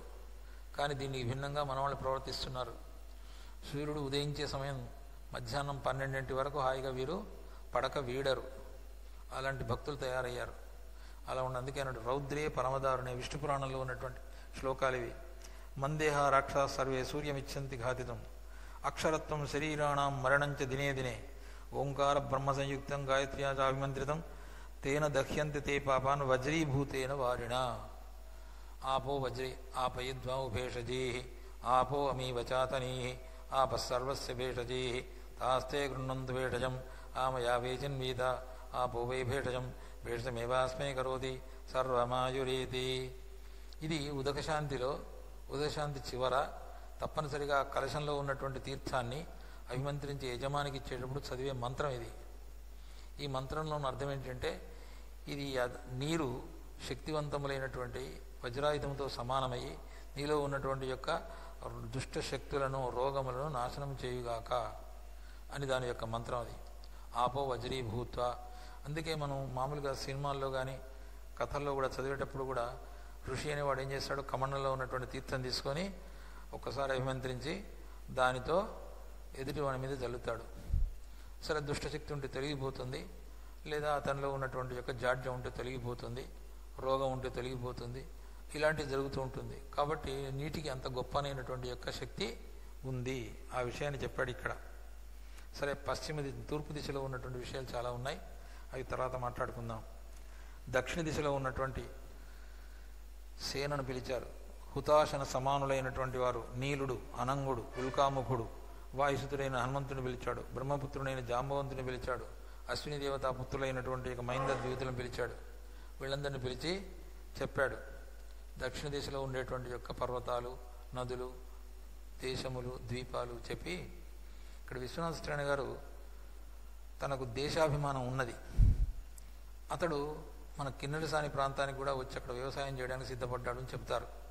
కాబట్టి దక్షిణ దేశ ప్రాంతంలో ఉన్నటువంటి విషయాలను చెబుతూ మెరయు కిన్నెరసాని దామెరతోగు శబరి మొదలు జరులు శాఖానదులు గూఢక్ష్మావరాలు జలతరువు సరస గోదావరి నది సాలీని పటమల్లికన్ గరణి నేపారు వెదకుడు కనకబంధములలోన అంటూ శబరి కిన్నెరసాని ఆ ప్రాంతంలో ఉన్నటువంటి యొక్క నదుల గురించి కూడా చెప్పారు. అంటే దేశాభిమానం వారికి చాలా ప్రాణప్రదమైనటువంటిది. ఆ తర్వాత పశ్చిమ దిశలో ఉన్నటువంటి యొక్క సుషీనుని పిలిచాడు. సుషీనుడు మరీచి మహర్షి యొక్క పుత్రుడు. వీరందరూ కూడా ఒక్కొక్కరు ఒక్కొక్క దేవతాంశతో పుట్టినవారే. బ్రహ్మాంశతో పుట్టినవాడు జాంబవంతుడు, ఇంద్రుని యొక్క అంశతో పుట్టినవాడు వాలుడి, సూర్యుని యొక్క అంశతో పుట్టినవాడు సుగ్రీవుడు, రుద్రుని యొక్క వాయుదేవుని యొక్క అంశతో పుట్టినవాడు హనుమంతుడు. ఇలా అందరినీ చెబుతూ ఈ మరీచ మహర్షి యొక్క సుతుడైనటువంటి సుషేనునికి నమస్కారం చేశాడు. ఎందుకు నమస్కారం చేశాడండి? తార యొక్క తండ్రి అతడు, మామగారు అవుతారు. అంటే తాను రాజైనప్పటికీ కూడా ఎవరిని ఎలా గౌరవించాలో అది తెలిసి ఉండాలి. నేను రాజుగారినండి అంటే లాభం లేదు. తప్పనిసరిగా మనకు ఒక సినిమాలు చూపిస్తారు. ఈ సినిమా ముచ్చట మీరెందుకు చెప్తారు అని మాత్రం అనుకోకండి. మీన కలెక్టర్ అవుతుంది. ఆయన మామగారు ఆమె ఆఫీస్ పోతాడు. మీకు గుర్తుకొచ్చి ఉండొచ్చు. ఆ మీన ఏదో పడ్డట్టుగా క్రిందికి వంగి అతని పాదాలకు నమస్కారం చేస్తుంది. మీరు చూశారో లేదో? అంటే మొట్టమొదటిసారిగా మామగారు కనిపిస్తారు. అతనికి నమస్కారం చేయాలి. కానీ చుట్టూ ఉన్నారు. ఎలా అంటే తన దగ్గర ఉన్నటువంటి యొక్క పేపర్ వెయిట్ కింద పడ్డట్టుగా ఏదో ఒకటి పడ్డట్టుగా చూసి నమస్కారం చేసింది. అంటే ఆ సన్నివేశము ఒక ఉత్తమమైనటువంటి యొక్క మార్గాన్ని చూపించాలి. సినిమాలు చూడటం ప్రధానం కాదు, సినిమాలో ఉన్నటువంటి యొక్క ఉపదేశాన్ని గ్రహించాలి. మంచి ఉపదేశాన్ని. చెడు కూడా ఉంటుంది, ఉండదని కాదు. వస్త్రం అన్నప్పుడు చినిగిపోవడం ఉంటుంది, గట్టిగా ఉండడం కూడా ఉంటుంది. అలాంటిది ఇక్కడ. కాబట్టి ఇక్కడ మరీచ మహర్షి స్థుడైనటువంటి సుషీరునికి ఒకసారి చుట్టూ తిరిగాడు, ప్రదక్షిణం చేశాడు, నమస్కారం చేశాడు. అతని యొక్క అనుచరులకు చెప్పాడు, మీరందరూ కూడా చక్కగా వెళ్ళి రావాలని. శతవలి ఉత్తర దిశా మార్గాన్ని సూచించాడు. అంటే ఒక్కొక్క దిశకు ఒక్కొక్క నాయకుడిని చేశాడు. అతనికి అనుచరులను చూపించాడు. ఉపకారమ్మును ఉంది ప్రత్యుపకృతి వ్యూఢత్ముడివ్వాడు కాడపరాదంబని ఎంతకంటే కలదా యాపాపమున్ నారకాశ్రపు గుల్య క్రిమితన్ ఘటించు. ఉపకారం పొందిన తర్వాత ప్రత్యుపకారం చేయకపోతే అతడు నరకాన పడిపోతాడు. నరకాన పడిపోవడం కాదు, నరకాన పురుగై పుడతాడు అని అంటున్నాడు. కృతజ్ఞత కృతజ్ఞత రెండు ఉన్నాయి. కృతజ్ఞత అంటే చేసిన మేలును మరవకుండా జ్ఞాపకం పెట్టుకోవడం, అవకాశం వచ్చినప్పుడు వీలైనప్పుడు మళ్ళీ ప్రత్యుపకారం చేయడం. ప్రత్యుపకారం చేసే అవకాశం రాలేదండి, రాకపోతే రాకపోయింది, కానీ ఆ చేసిన మేలును మాత్రం మరిచిపోవద్దు. ఫలానా వ్యక్తి కారణం చేతనే నేను ఇంత గొప్పనైనటువంటి స్థానంలో ఉన్నాను కదా అని జ్ఞాపకం చేసుకుంటే చాలు. అతన్ని తలుచుకొని ఒకసారి నమస్కారం చేస్తే చాలు. కృతజ్ఞత. కృతజ్ఞత అంటే ఉపకారం చేయకుండా పైనుంచి అపకారం చేసి అవతలి వానికి హాని కలిగించడం కృతజ్ఞత. కృతజ్ఞత చేసిన వాడు చనిపోతే నక్కలు కూడా ముట్టుకోవట. అది నీతిశాస్త్రంలో చెప్తాయి. ఆ శవాన్ని నక్కలు కూడా ముట్టుకోవు. కాబట్టి కృతజ్ఞత పనికిరాదు, కృతజ్ఞత మాత్రం కలిగి ఉండాలి. కృతజ్ఞతతో నువ్వు ఉండు. ఒకవేళ ప్రత్యుపకారం చేయడానికి అవకాశం లేదు, నీకు వీలు కాలేదు, వదిలిపెట్టు, కృతజ్ఞతతో ఉండు చాలు అని చెప్తున్నాడు ఇక్కడ. ఉపకారం మునుబంది ప్రత్యుపకృతిన్ వ్యూఢాత్ముడైవాడు కాడపరాదంబని ఎంతకన్ వలదాయ యాపాపమున్ నారకాశ్రపు కుల్యాక్రిమితన్ ఘటించు అని చెప్పాడు. అని చెబుతూ నువ్వు ఉత్తర దిశకు పోయినప్పుడు అక్కడ కైలాసం ఉన్నది. విశ్వనాథ సత్యనారాయణ గారు అవకాశం వచ్చినప్పుడల్లా శంకరుణ్ణి, కైలాస పర్వతాన్ని, శివుణ్ణి వర్ణించడానికి ఏమాత్రం వెనుకాడరు. అటన కైలాసమున్నది శివనంది అమ్మవారును భృంగిరిటుడు డుంటి ఉటజవాసి మహాపరమేశుడు యోగీంద్రులకు కాని కనపడడు. ఇదంతా చెప్పాడు, బాగుంది. మీరు పోతే మాత్రం అక్కడ మీరు కోతి వేషాలు వేసి వానరులై వెళితే ఏమీ కనిపించడు. అక్కడ యోగీంద్రులకు మాత్రమే కనపడతారు. యోగము కలిగిన వాడే యోగీంద్రుడు అవుతాడు, యోగి అవుతాడు. యోగము కలుగుట అంటే మన మనస్సును మొట్టమొదటి పరమాత్మతో లగ్నం చెయ్యాలి. లగ్నం చేయడాన్ని యోగం అంటారు. మనం లగ్నం చేసిన తర్వాత అప్పుడు పరమాత్మకు కూడా ఆలోచన కలుగుతుందట. దీనికి ఉదాహరణ ఏంటంటే, మనకు అక్కడ ఛానల్లో ఉన్నటువంటి యొక్క విషయం తెలియాలి. మొదట తెలిసిన తర్వాత ఇక్కడ ఉన్నటువంటి చేతిలో ఉన్నటువంటి రిమోట్తో మనం నెంబర్ 2 నెంబర్ 3 నెంబర్ 4 ఒకటి ఎత్తాం. ఆ ఛానల్లో ఉన్నటువంటి అంశం మనకు తెలిసింది. అప్పుడు తెలిసినప్పుడు మనసుకు ఆనందం కలిగింది. అంటే మొట్టమొదటి మన మనసులో ఉన్నటువంటి ఆలోచన తెలుసుకోవాలి. అదే యోగము. పరమాత్మతో మనము పూర్తిగా సమన్వయము కలిగి ఉండుట. కలిగినప్పుడు అవతలి వాడు కూడా దృష్టి. ఇప్పుడు ఇంట్లో భార్యాభర్తలు కూడా అంతే. భార్య గురించి భర్త ఆలోచించి, భర్త గురించి భార్య ఆలోచించినప్పుడు ఏ విధమైన పొరపచ్చములు రావు. ఒకరి గురించి ఒకరు ఆలోచించకుండా ఉన్నప్పుడే పొరపచ్చాలు వస్తాయి. ఎప్పుడైనప్పటికీ కూడా తండ్రి గురించి కుమారుడు ఆలోచించడం, కుమారుని గురించి తండ్రి ఆలోచించడం, ఈ యోగము అనేటువంటిది అలాంటిది. యుగు యోగే అనే ధాతువు అది. అంటే ఒక మనస్సును ఇంకొక మనస్సుతో కలయిక చేసి చూడటం, అదే విషయం ఇక్కడ చెప్తున్నాడు. యోగీంద్రుడకు మాత్రమే కనిపిస్తాడు అని. సుగ్రీవుని ఆలోచన అందరినీ పంపించేశాడు. చాలా సంతోషించాడు. నేను నా పని నిర్వర్తించాను కదా అని ఒక ఆనందంతో ఉన్నాడు. అయినా మళ్ళొక్కమారు ఆలోచిస్తున్నాడు సుగ్రీవుడు. ఎప్పుడూ కూడా పని పూర్తి అయిన తర్వాత ఒక్కసారి వెనుదిరిగా ఆలోచించాలి. నేను చేసిన పని ఏంటి, ఎంతవరకు సఫలీకృతం అవుతుంది, దానికి ఇంకా ఏమైనా మెరుగులు దిద్దవలసిన అవసరం ఉందా అని చూసుకోవాలి. అలా చూసుకోకుండా అయిపోయింది కదా అంటే అంతే. పొయ్యి మీద పెట్టొచ్చాను, అన్నీ వేశాను, ఉప్పు కారం అన్నీ వేశాను, మసాలా అన్నీ దట్టించి వచ్చాను అని కూర్చుంటే దానంతరదే పొయ్యి మీద ఉండి మాడిపోతుంది, తినడానికి యోగ్యం కాకుండా పోతుంది. కాబట్టి మళ్ళొక్కసారి చూడాల్సిన అవసరం ఉంటుంది. ఏ పనినైనప్పటికీ కూడా వ్రాసినటువంటి వ్యాసాన్ని అంతే, సిద్ధం చేసుకున్న ఉపన్యాసాన్ని కూడా అంతే. ఏది కూడా అలా వెనుతిరిగి చూసుకోకపోతే పని జరగదు. అందుకే సింహము పంచాస్యము అనే పేరుతో ప్రసిద్ధి పొందింది. ఇక్కడ అనుకుంటున్నాడు సుగ్రీవుడు, శతయోజనముల జలధియు అతార్యమన్యులకు నాకు హనుమకు దక్కన్. ఆ సముద్రాన్ని దాటాలంటే నాకు హనుమంతుడికి ఇద్దరికే సాధ్యమవుతుంది అనుకుని ఏమంటున్నాడు, జాంబవంతుడు దానికి చాలుగాని నూకజాలడు మోకాలు నొప్పి పట్టి నాకు హనుమంతుడొక్కడున్నాడుగాక ఆ మహాకార్యభారమునెత్తలేను. నేను మాత్రం నెత్తికెత్తుకోలేను, హనుమంతుడికి మాత్రం అప్పచెప్తాను. జాంబవంతుడు కూడా సమర్థుడే, కానీ మోకాలు నొప్పి పెట్టిందట పాపం.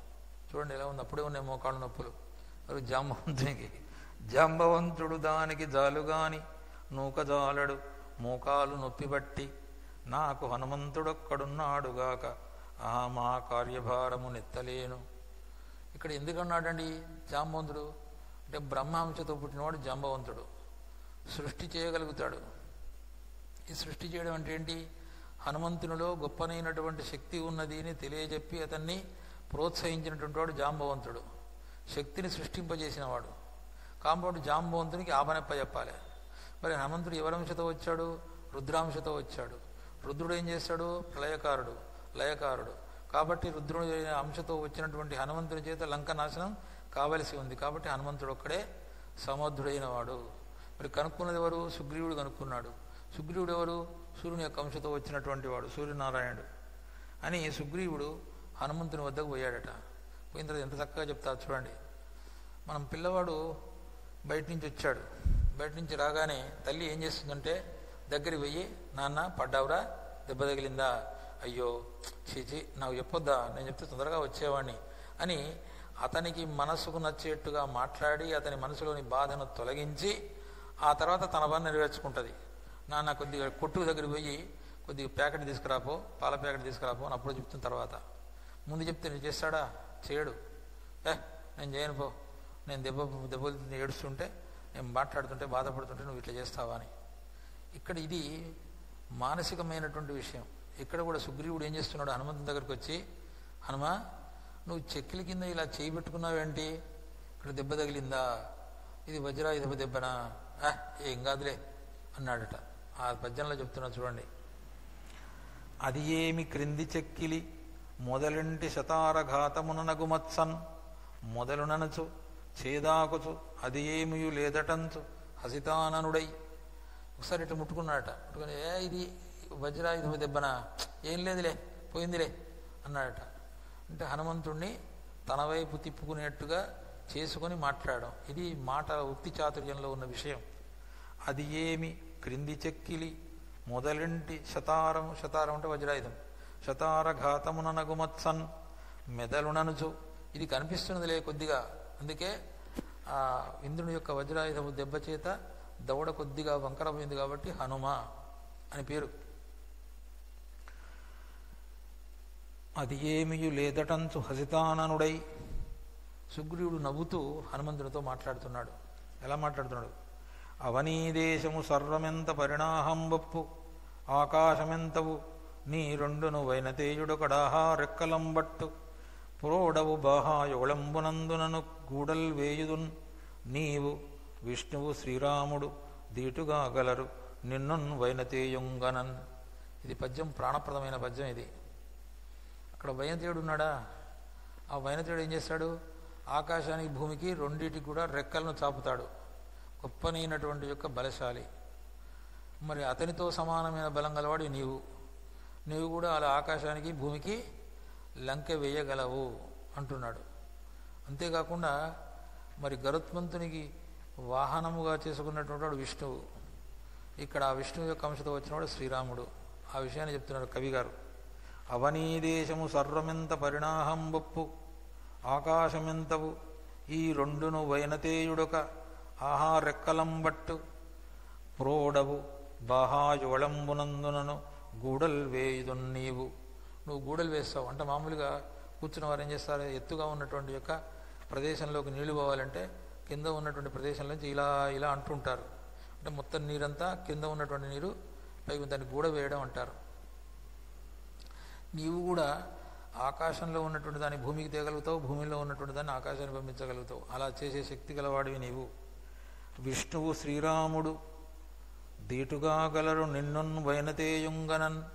నిన్ను చూస్తుంటే, వైనతేయుడిని చూస్తుంటే మీరిద్దరు దీటుగా ఉన్నారు, అక్కడ విష్ణువుకు తగినట్టుగా శ్రీరాముడు ఉన్నాడు అని సుగ్రీవుడు అన్నాడు. సుగ్రీవుని నోట విశ్వనాథ సత్యనారాయణ గారు అనిపించారు. అనిపించిన తర్వాత ఇంకా హనుమంతో ఏమంటున్నాడు? నేర్పొప్పంగను నాకు రాగమునకు నెస్తంబు గావించితి. చేసినటువంటి ఉపకారాన్ని మరిచిపోవద్దు అని ఇంతకుముందే చెప్పాను. నాకు రాముడితో స్నేహం ఏర్పడడానికి నువ్వు కారణం. నువ్వు భిక్షు రూపంలో వెళ్ళి ఉత్తమమైన రీతిలో మాట్లాడి, ఎలా మాట్లాడాలో, ఎదుటివాడిని ఏ విధంగా మన వైపు తిప్పుకోవాలో అంత ఉత్తమమైన రీతిలో మాట్లాడి అతన్ని తెప్పించుకున్నావే, అలా మా ఇద్దరికి స్నేహం కూర్చావు. నిజంగా నిన్ను మర్చిపోలేను. అలాంటి యొక్క ఉపకార బుద్ధి కలిగిన నీవు ఇప్పుడు ఏం చేయాలో తెలుసా? సీతాదేవిని తెలుసుకొని వచ్చి, జాడ తెలుసుకొని వచ్చి శ్రీరాముడికి చెప్పాలి. అది చెప్తున్నాడు ఇక్కడ. నేర్పొప్పంగ నాకు రాఘవునకు నెస్తంబు గావించిత నిర్పొప్పంగను భూమికన్యగని ఆ నెస్తంబు నిల్వందగున్ సర్పిష్పద్ధ విసున్ బలన్ కృత భవ సంస్పర్య కార్యంబులన్ దర్పిన్ ఫలితంబు మింటి కుశలందో స్వర్గంబు చూడంగను. మొత్తం పైన మాత్రం చెప్పేసి చివర మాత్రం ఒక గొప్పనైనటువంటి విషయం చెప్పాడు. అగ్నిదేవునికి హవిస్సిచ్చాం. హవిస్సిస్తే అది ఎవరికి ప్రీతి కలుగుతుంది? దేవతలకు ప్రీతి కలుగుతుంది. అలానే నీవు కార్యం చేసుకుని వస్తే ఎవరికి ప్రీతి కలుగుతుంది అంటే రాముడికి ప్రీతి కలుగుతుంది. అంటే ఇక్కడ రాముడు సంతోషిస్తాడు. జానకి యొక్క జాడను తెలుసుకొని వస్తే నేను సంతోషించడం కాదు ప్రధానంగా, రాముడు సంతోషిస్తాడు. అది ప్రత్యేకంగా చెప్పాడు ఇక్కడ.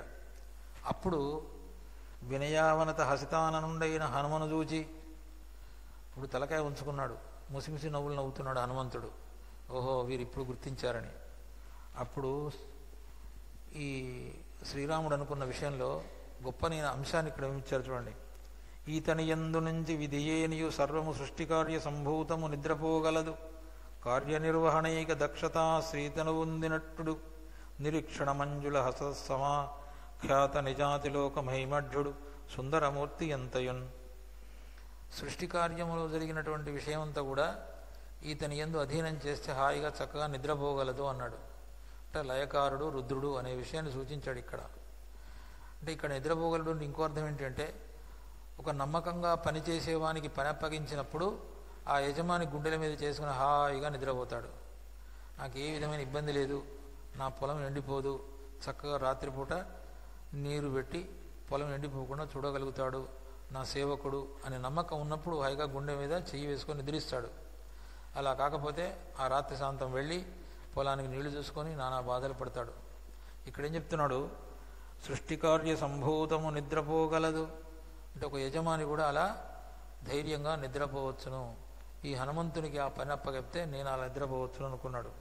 అనుకుని ఇంకేముంటాడు ఇక్కడ, వ్యవసాయోత్తరుండను నిర్ణయించి రహస్యమునతని పిలిచి స్వనామాంకితమైన అంగుళీయకంబతనికిచ్చి. వ్యవసాయోత్తరుండు ఇది కొత్తనైన పదం ఇక్కడ. వ్యవసాయోత్తరుండు అంటే ప్రయత్నమును అంటే కార్యసిద్ధిని కలిగించేవాడు అని అర్థం. ఇంకొక విషయం ఏంటంటే వ్యవసాయము అనేది ఎప్పుడు వస్తుంది, నాగలితో దున్నినప్పుడే వ్యవసాయం చేస్తున్నాడు అంటారు. వ్యవసాయోత్తరుడు అంటే వ్యవసాయమునకు అంటే నాగలికి ప్రతీకగా నిలిచినటువంటిది సీతాదేవిని తరింపచేసేవాడు హనుమంతుడు అనే భావం కూడా వ్యక్తం చేశారు. విశ్వనాథ వారు ఎంత చిన్న పదంలో గొప్పనైనటువంటి అర్థాన్ని జ్ఞాపకం చేస్తారు. వ్యవసాయోత్తరుండని రహస్యమున అతన్ని పిలిచి స్వనామాంకితమైన అంగుళీకంబతనికిచ్చి. ఇక్కడ రహస్యంబున అంటారు. ఎందుకంటే దక్షిణ దిశకు వెళ్ళేవారు అంగదుడు, నీలుడు, నలుడు, జాంబవంతుడు చాలామంది ఉన్నారు. వారందరి ముందు ఇస్తే బాగుండదని రహస్యంగా ఇచ్చాడు. రహస్యంగా ఇచ్చినప్పుడు తీసుకున్న వానికి కూడా ఒక విధమైనటువంటి యొక్క ఆలోచన వస్తుంది, నాకు అందరి ముందు ఇవ్వకుండా రహస్యంగా ఎందుకు ఇచ్చాడు అంటే నేను చేయవలసిన పని చాలా అతి భద్రమైనటువంటిది, రహస్యమైనటువంటిది, జాగ్రత్తగా నేను నిర్వహించవలసినటువంటిది అనే ఆలోచన వస్తుంది. కాబట్టి తెలివి తక్కువ వాడైతే ఏం చేస్తాడు, ఈ రహస్యాన్ని అందరికీ చెప్పి ఓ నాకు చెప్పాడు, నన్ను చాలా దగ్గరగా చూసుకుంటున్నాడు అని చెప్తాడు. ఎప్పుడు కూడా ఇప్పుడు మామూలుగా మనకు చెప్తాడు, నాస్తికాయ నా షఠాయ నా దాపయేత్ మంత్రాన్ని చెప్పకూడదు అంటాడు. కానీ ఎందుకు అంటే అక్కడ అలాంటి వాళ్ళకు చెప్తే మాత్రం మంత్రం యొక్క విలువ పోతుంది. కాబట్టి ఇక్కడ కూడా రహస్యంగా పిలిచి అతనికి ఇచ్చాడట. ఇచ్చి ఏమంటాడు, నీవెవ్వడవో తెలియదు, నీ బియ్యది చూపు తెలియు, నీరజ దృశ నీకై వేచియుందు కన్నులు నీ వచ్చిన దాకా విచ్చు నీరజములుగా. నీవెవ్వడవో తెలియదు. ఇక్కడ హనుమంతుడు అంటున్నాడు నీవెవ్వడవో తెలియదు అంటే భౌతికంగా సుగ్రీవుని యొక్క మంత్రి, సుగ్రీవునితో తనకు స్నేహం కల్పించిన వాడు అనే సంగతి తెలుసు. కానీ ఆ వెనక ఉన్నటువంటి రహస్యం ఏంటి, నువ్వు రుద్రుడవా, వాయుదేవుడివా, లేకపోతే ఉపబ్రహ్మవా, ఏమీ తెలియదు. హనుమంతుని యొక్క మంత్రం వేదంలో ఉపబ్రహ్మ శృణవచ్చస్యమానంచది శృంగో వమీద్ గౌర ఏతద్. ఈ మంత్రాన్ని చదివి హనుమంతుని ఆవాహన చేస్తారు. హనుమంతునికి బలిస్తారు అంటే బలిహరణం వేసేటప్పుడు, బలివ్వడం అంటది కాదు, బలిహరణం వేస్తారు. కాబట్టి ఇక్కడ ఉపబ్రహ్మ అతడు. నువ్వు ఉపబ్రహ్మ అనుకోవాలనా, రుద్రుడు అనుకోవాలనా, వాయుదేవుడు అనుకోవాలనా అంటే ఈ మూడు తత్వాలు ఈయనకు అవసరమే. శ్రీరాముడికి ఎలా అవసరము, బ్రహ్మగా మట్టే సీతాదేవి మనసులో ఆశను సృష్టించాలి. నిరాశతో ఉన్నటువంటి సీతాదేవి మనసులో ఆశను సృష్టించాలి కాబట్టి బ్రహ్మ. రుద్రుడు రావణాసురుని మనసులో భయాన్ని కలిగించి లంకను నాశనం చెయ్యాలి, రాక్షసుల యొక్క వినాశనాన్ని చూడాలి కాబట్టి ప్రళయకారుడై రుద్రుడు ఉండాలి. వాయువు సీతాదేవి యొక్క జాడను తీసుకొచ్చి రాముని ప్రాణం నిలబెట్టాలి. ఒక్క రాముని ప్రాణం కాదు, లక్ష్మణుని ప్రాణం, సుగ్రీవుని ప్రాణం, మిగతా వానరుల యొక్క ప్రాణాలు నిలబెట్టిన వాడు అవుతాడు, వాయువు అవుతాడు. అంటే మూడు లక్షణాలు ఉన్నాయి హనుమంతునిలో. అందుకే బుద్ధిర్బలం యశోధైర్యం నిర్భయత్వం అరోగత అజాడ్యం వాక్పటుత్వంచ హనుమత్ స్మరణాత్ భవేత్ అంటాం. కాబట్టి నీలో బ్రహ్మ యొక్క అంశం ఉంది, రుద్రుని యొక్క అంశం ఉంది, వాయు లక్షణం ఉంది. తో వాయువదస్పతే త్వష్టృజామాతరద్భుత అవాంఛావృణీమహే వాయుదేవుని యొక్క మంత్రం. కాబట్టి నేను వాయువు వలె నువ్వు ప్రాణాన్ని నిలబెట్టగలుగుతావు, రుద్రుని వలె ప్రళయకాలమును సృష్టించి రాక్షసులకు భయాన్ని కలిగిస్తావు, తర్వాత బ్రహ్మ వలె సీతాదేవి మనసులో ఆశను సృష్టిస్తావు. ఇంత గొప్పనైనటువంటి వాడివి. నీవెవ్వడవో తెలియదు, నీ వియ్యది చూపు తెలియు నీరజ దృశ నీకై వేచియుందు కన్నులు నీ వచ్చిన దాకా వెచ్చు నీరజములుగా.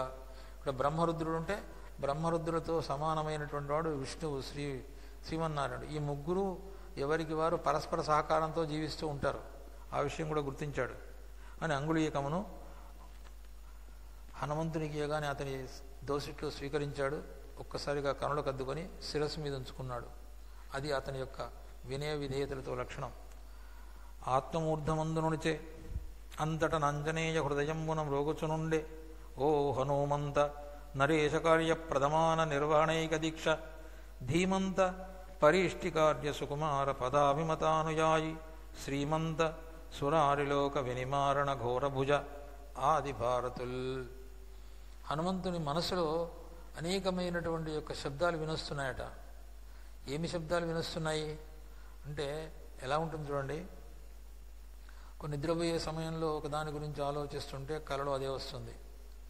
సామాన్యంగా ఒక పని గురించి ఆలోచిస్తూ ఉన్నప్పుడు దానికి సంబంధించినటువంటి ఆలోచనలే ఎప్పుడూ మనసులో కదులుతూ ఉంటాయి. అతనితో మాట్లాడినట్టు, అతని దగ్గరికి వెళ్ళినట్టు, ఆ ఊరికి వెళ్ళినట్టు ఇవన్నీ జ్ఞాపకం వస్తుంటాయి. ఇక్కడ కూడా హనుమంతుని మనసులో చూడండి, అంతటా ఆంజనేయ హృదయమున మ్రోగుచునుండే మాకు నినదిస్తూ ఉన్నాయట. హృదయ నాదం అనేది, హృదయ స్పందన అనేది ఎలా ఉందో చూడండి.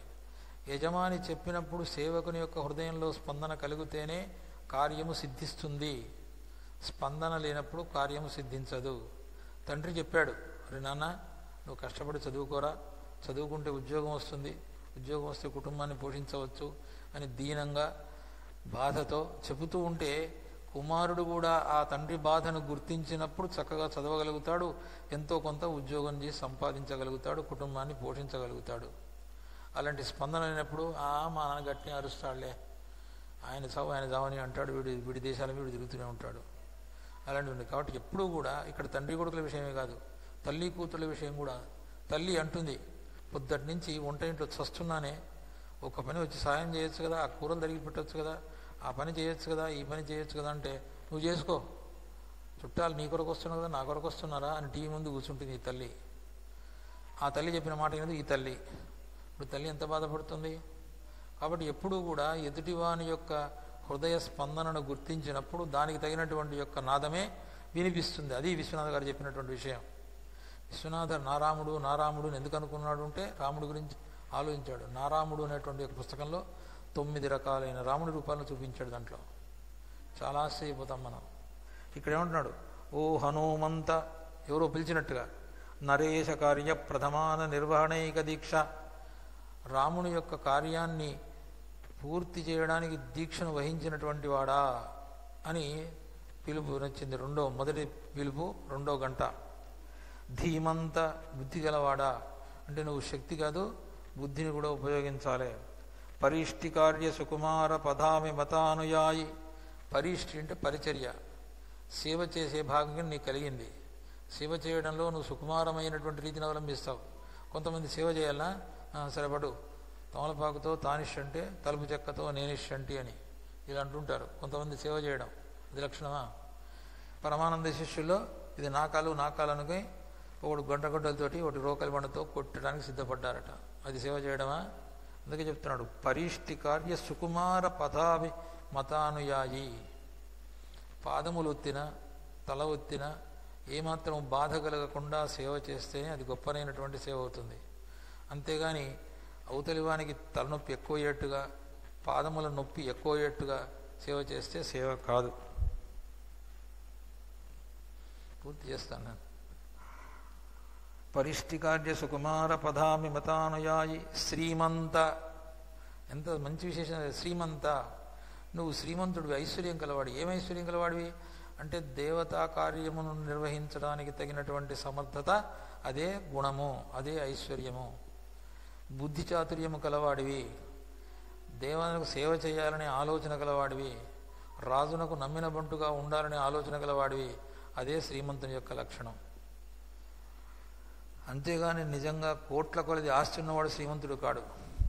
సద్గుణములు కలవాడే శ్రీమంతుడు. శ్రీమంత సురారిలోక వినిమారణ ఘోరభుజ. సరే, శ్రీమంతుడు ధీమంతుడు బాగానే ఉంది. ఆ సేవ చేసేవాడు సుకుమార హృదయుడు. అవసరమైతే పరాక్రమం చూపించే స్థితి కూడా ఉండాలి.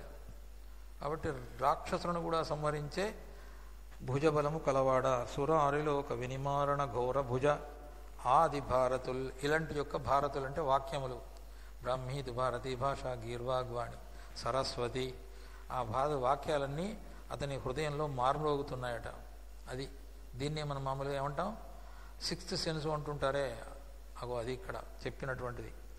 ఓ హనుమంత, నరేశ కార్య ప్రథమాన నిర్వహణైక దీక్ష, ధీమంత పరిష్టి కార్య సుకుమార పదాభిమతానుయాయి, శ్రీమంత సురారిలోక వినిమారణ ఘోరభుజ ఆది భారతుల్.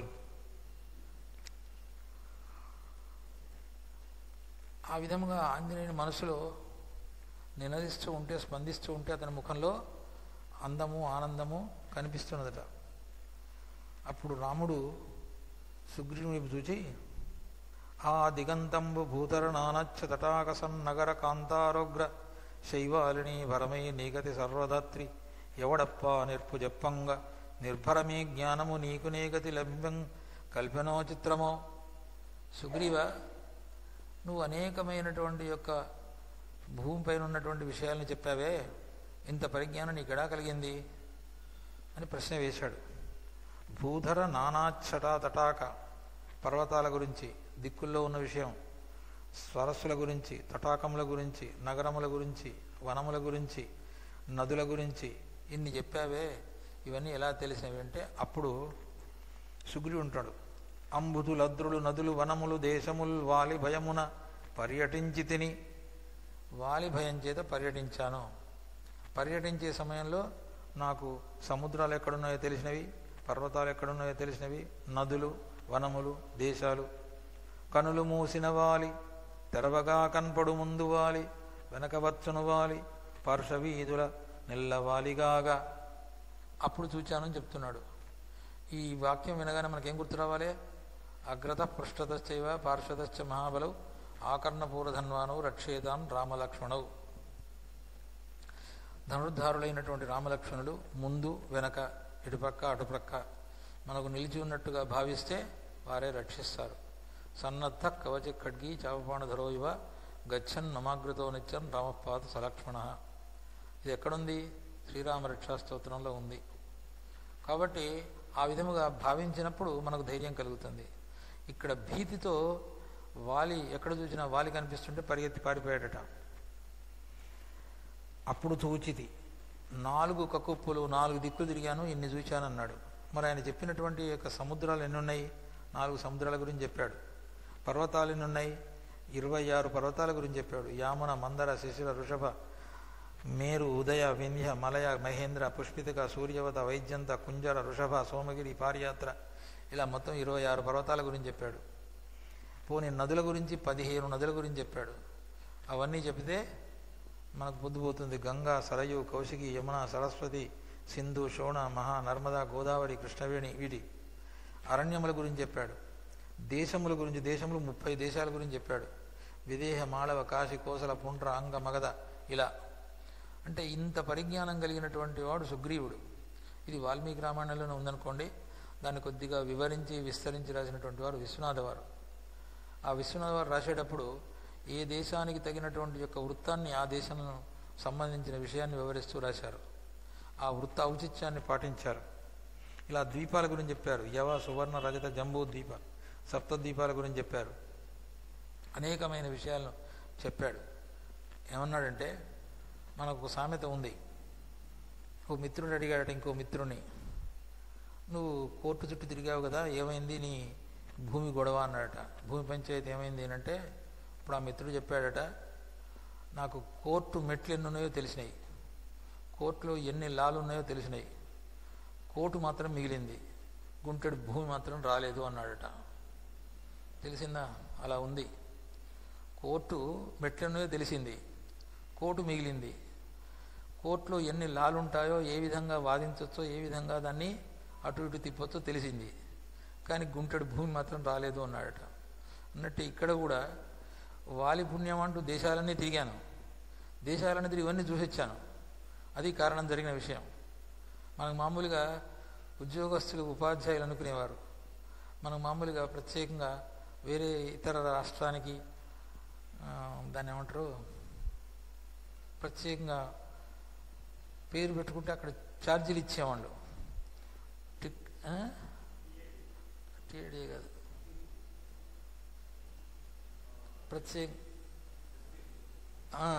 పిలిగ్రామ్ అని ఇచ్చగల దూరం ఎక్కడో శ్రీశైలం ఎల్టీసీ లాంటిది కదా.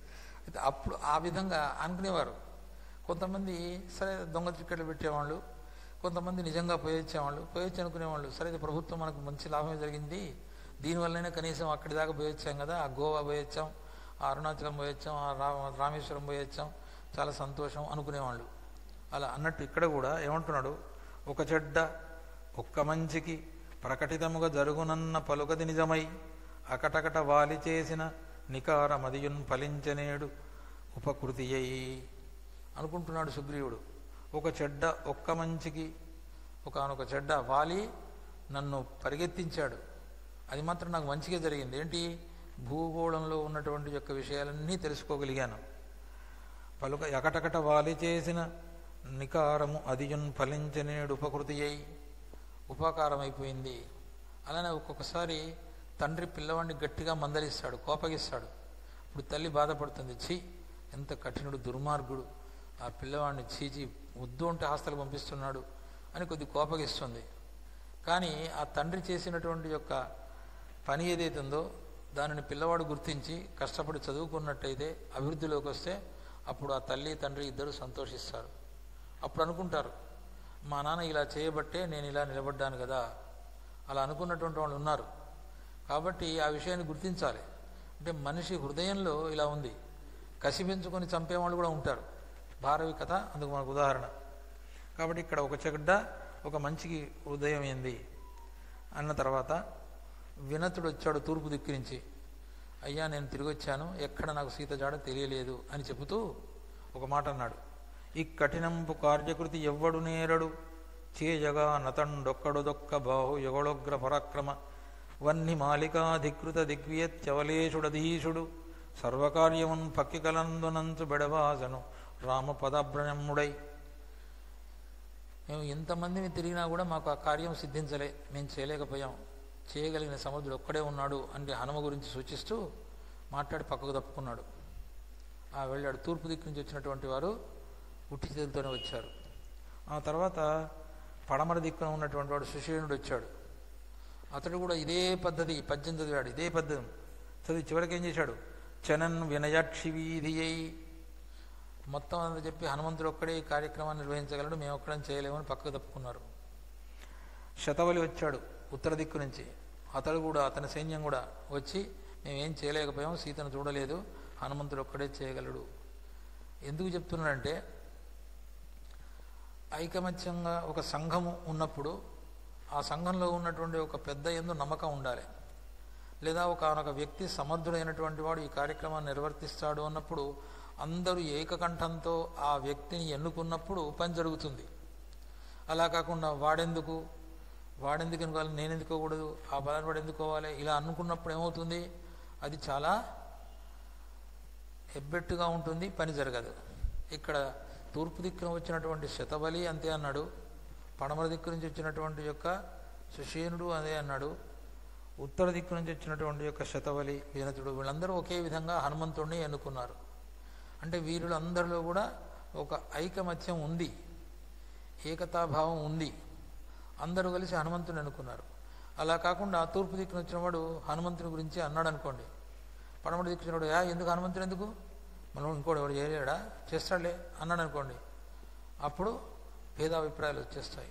అలా ఎప్పుడూ కూడా సంఘంలో ఉన్నప్పుడు ఒక కార్యక్రమాన్ని నిర్వర్తించాలనుకున్నప్పుడు ఏకకంఠంతో ఉన్నప్పుడు మాత్రమే ఆ కార్యం సాఫీగా సాగుతుంది, లేకపోతే సాగదు. ఇంట్లో ఉన్నటువంటి విషయమే, ఒక వివాహ విషయమే కానివ్వండి, ఒకనొక ఇల్లు కట్టడం విషయంలో అనుకోండి, ఏదైనప్పటికీ కూడా అందరూ ఏకకంఠంతో అనుకుంటే సాఫీగా సాగుతుంది, లేకపోతే మాత్రం సాగదు. ఆ విషయాన్ని చెప్పాడు. ఇక్కడ ముగ్గురు ఒకటే అనుకున్నారు అన్న తర్వాత అనంత నాంజనేయుడు జనకజగని వచ్చినట్టు సంతోషంబయ్యేను. అప్పుడు సంతోషించారు, వాళ్ళందరూ సంతోషించారు, రాముడు సంతోషించాడు, సీతాదేవిని చూచి వచ్చినట్లుగా భావించాడు. యాదృశీ భావన యత్ర సిద్ధిర్భవతి తాదృశి అన్నారు. మన మనసులో ఏదైతే భావన ఉంటుందో ఆ భావనయే నిజమవుతీయుతుంది. అంటే మనస్సు పరిశుద్ధముగా ఉన్నప్పుడు, మనస్సు గట్టిదైనప్పుడు ఆ భావం అలానే స్థిరపడిపోతుంది. ఒక్కొక్కసారి అనుకుంటాం, ఇవాళ ఎవరో మన ఇంటికి పెద్దవారు వచ్చినట్టుగా అన్నదే మనసులో అనుకున్నట్టే వచ్చేస్తాడు. ఆశ్చర్యపోతాం మనం, ఆడబోయిన తీర్థం ఎదురవుతుంది అని. అందుకే జీవనార్థం కర్మ జీవనప్రదేనేవ కారయితం, ఇవన్నీ సంస్కృతంలో న్యాయాలు. జీవింపచేసేటువంటి ఆలోచన ఉన్న వ్యక్తికే ఆ పనిని అప్పచెప్పాలి, అంతేగాని చంపేవాడికి అప్పచెప్పామనుకోండి ప్రయోజనం లేదు. ఒక డాక్టర్ గారు ఉన్నాడు, ఆ డాక్టర్ గారు వైద్య వృత్తి యందు మంచి విశ్వాసం కలవాడు, నా చేత ప్రాణాలు నిలబెట్టబడాలి అనే ఆలోచన కలవాడు. అలాంటి వ్యక్తికి మనం తప్పనిసరిగా రోగిని అప్పచెప్తే ఆ రోగి బ్రతుకుతాడు, జీవిస్తాడు. అలా మా నాన్నగారి విషయంలో జరిగింది. మా నాన్నగారికి చెంపగడ్డలయ్యి అక్కడ పూర్తిగా మనిషి పూర్తిగా అంటే కొస ప్రాణంలో ఉండంగా ఇనుగుర్తిలో ఉన్నటువంటి నా చిన్నతనం నరసింహారావు గారిని డాక్టర్ గారిని ప్రత్యేకంగా అప్పుడు సవారి కచ్చడం ఇచ్చి పంపించి తీసుకొచ్చాం. ఆయన 5 రోజులు ఉండి చూశాడు. చూసి చక్కగా ఇగో ఇలా చేయాలి ఇలా చేయాలని 5 రోజులు ఉండి చేసిన తర్వాత 10 రోజులకు మొత్తం లేచి కూర్చున్నారు. ఆ గడ్డలు తక్కువైపోయినాయి, ఆరోగ్యంగా ఉన్నాడు. మళ్ళీ తర్వాత 7 సంవత్సరాలు బ్రతికాడు. ఎప్పుడైనప్పటికీ కూడా అందుకే నాడు జీవనార్థం కర్మ జీవన ప్రదేనైవ కారయితవ్యం. చేయాలి అనుకున్నటువంటి వానికి పనప్ప చెప్పాలి. అలా కాకుండా చేయకూడదు అనుకున్న వాడికి పనప్ప చెప్పామనుకోండి, పాలగిన్ని ఇస్తే ఏం చేస్తాడు, పారబోస్తాడు. వాడికి కావాలని కోపంగా ఉంటుంది. అయ్యో నేను చూడలేదే, జారిపోయింది, చేయించి నన్నేం చేయమంటావు అంటాడు, కావాలని పారబోస్తాడు. అలా చేసేవాళ్ళు ఉంటారు. అత్త మీది కోడలు కోపంతో, కోడలి మీది కోపం అత్తతో ఇలా చేస్తూ ఉంటారు. అలా జరుగుతూ ఉంటాయి. ఇది కూడా ప్రత్యేకంగా ఇది ఉపాధ్యాయుల విషయంలో కూడా ఆ స్కూళ్ళల్లో చూసాం. కావాలని ప్రత్యేకంగా చేయడం, హెడ్ మాస్టర్ గారికి వ్యతిరేకంగా, ఈ టీచర్ వ్యతిరేకంగా హెడ్ మాస్టర్ గారు చేయడం, ఇలాంతా ఎందుకు చెప్తున్నానంటే ఎదుటివాని మనసులో ఉన్నటువంటి భావాన్ని గుర్తెరిగి పని అప్పచెప్తే ఆ పని సానుకూలం అవుతుంది. అలా కానప్పుడు మాత్రం పని సానుకూలం కాదు. అది చెప్పాడు. జీవనార్థం కర్మ జీవన ప్రదేనేవ కారయితవ్యం. అంతటా రాజయుగ్మక హృదంతరమందు మెలంగనో హనుమంత. ఇంతకుముందు చెప్పాను పద్యం. రాజయుగ్మకము అంటే సుగ్రీవుని మనసులో ఇదే ఆలోచన, రాముని మనసులో ఇదే ఆలోచన. ఏమి ఆలోచన? ఇంతకుముందు ఓ హనుమంత నరేశ కార్య ప్రథమా నిర్వాణైక దీక్ష ధీమంత పరిష్టికార్య సుకుమార పదామి మతానుయాయి శ్రీమంత సురారిలోక వినిమారణ ఘోరభుజ ఆదిభారతుల్. అంటే సుగ్రీవుని మనసులో ఒకే విధమైన ఆలోచన, రాముని మనసులో ఒకే విధమైన ఆలోచన, ఆంజనేయుడి మనసులో ఒకే విధమైన ఆలోచన. అలా ఉన్నప్పుడే పని సాఫీగా సాగుతుంది. బండికి కట్టినటువంటి ఎడ్లు 2 కూడా ముందుకు పోవాలి అనుకున్నప్పుడు, నడిపే బండి తోలేవానికి కూడా ముందుకు నడిపించాలనే ఆలోచన ఉన్నప్పుడు బండి ముందుకు వెళుతుంది. లేకపోతే ఏమవుతుంది, బండి ఎక్కడున్నది అక్కడే ఉండిపోతుంది. ఒక ఎద్దు ముందుకు అంటుంది, ఒక ఎద్దు వెనుకకు వస్తుంటుంది. ఈ రెండింటిని పట్టించుకోకుండా వీడు హాయిగా నిద్రపోతుంటాడు బండిలో. అప్పుడు ఏమైపోతుంది, బండి ముందుకు వెళ్ళదు. కాబట్టి ఎప్పుడూ కూడా బండికి కట్టబడిన ఎడ్లు అంతే, బండి తోలేవాడు అంతే. ముగ్గురు కూడా ఇంట్లో ఉన్నటువంటి భార్య భర్త సంతానము, ఈ ముగ్గురు సంతానం అంటే కొడుకు కావచ్చు, బిడ్డ కావచ్చు, ఎవరైనా కావచ్చు. భార్య భర్త సంతానం ఇది ట్రయాంగిల్లో ఉండేటువంటిది. ఈ ముగ్గురి ఆలోచన ఒకటైనప్పుడు మాత్రమే ఆ కుటుంబం ఉన్నతమైన స్థితికి వస్తుంది, లేకపోతే రాదు. అది చెప్తున్నాడు ఇక్కడ.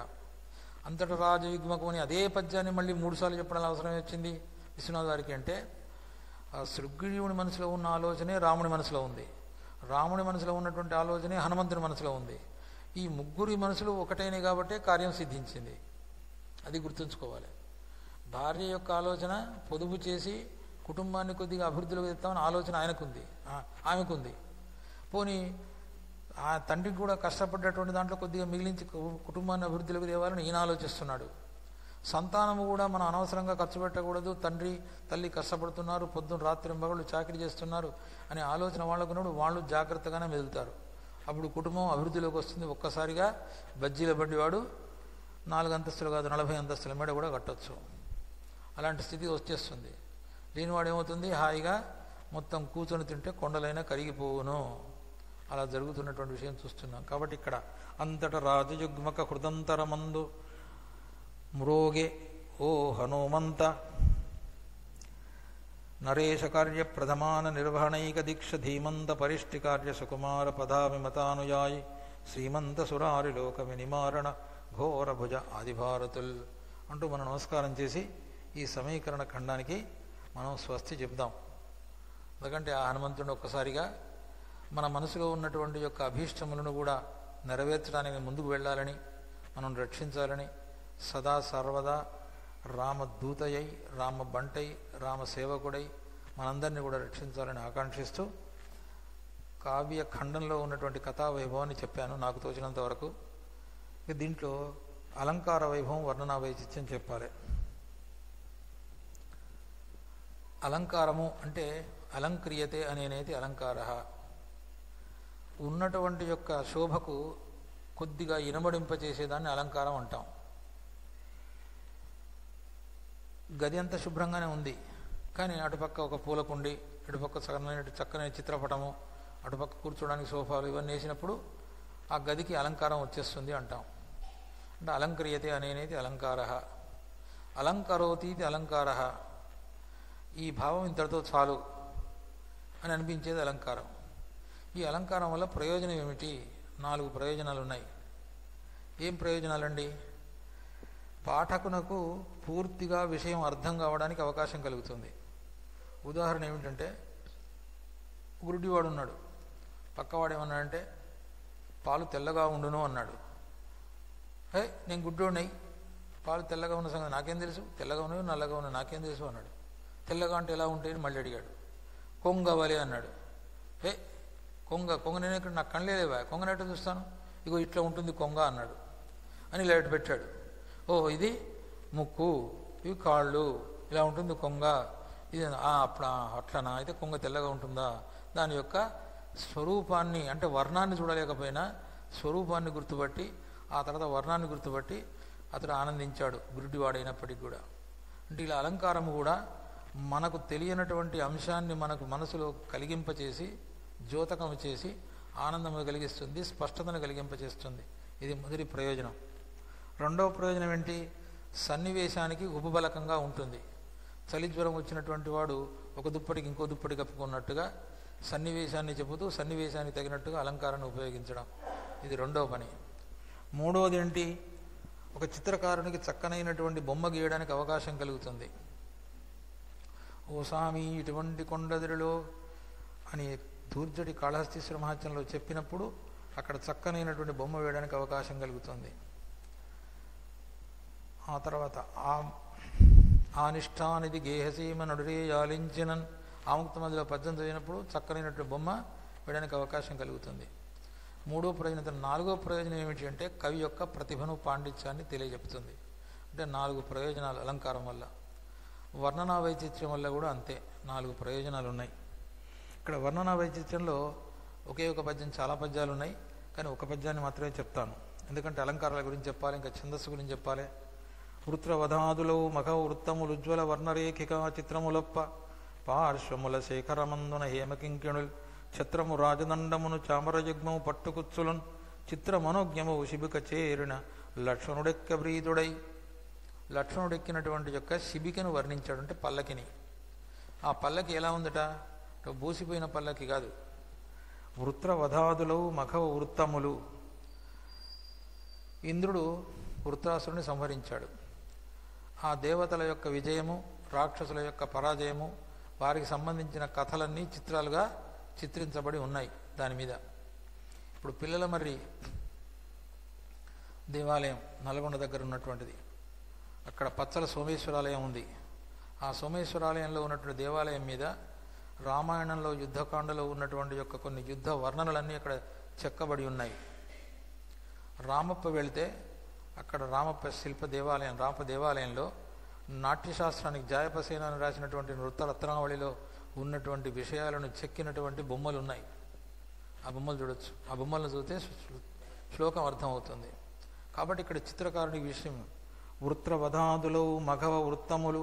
మఘవుడు అంటే మఘోనుడు ఇంద్రుడు.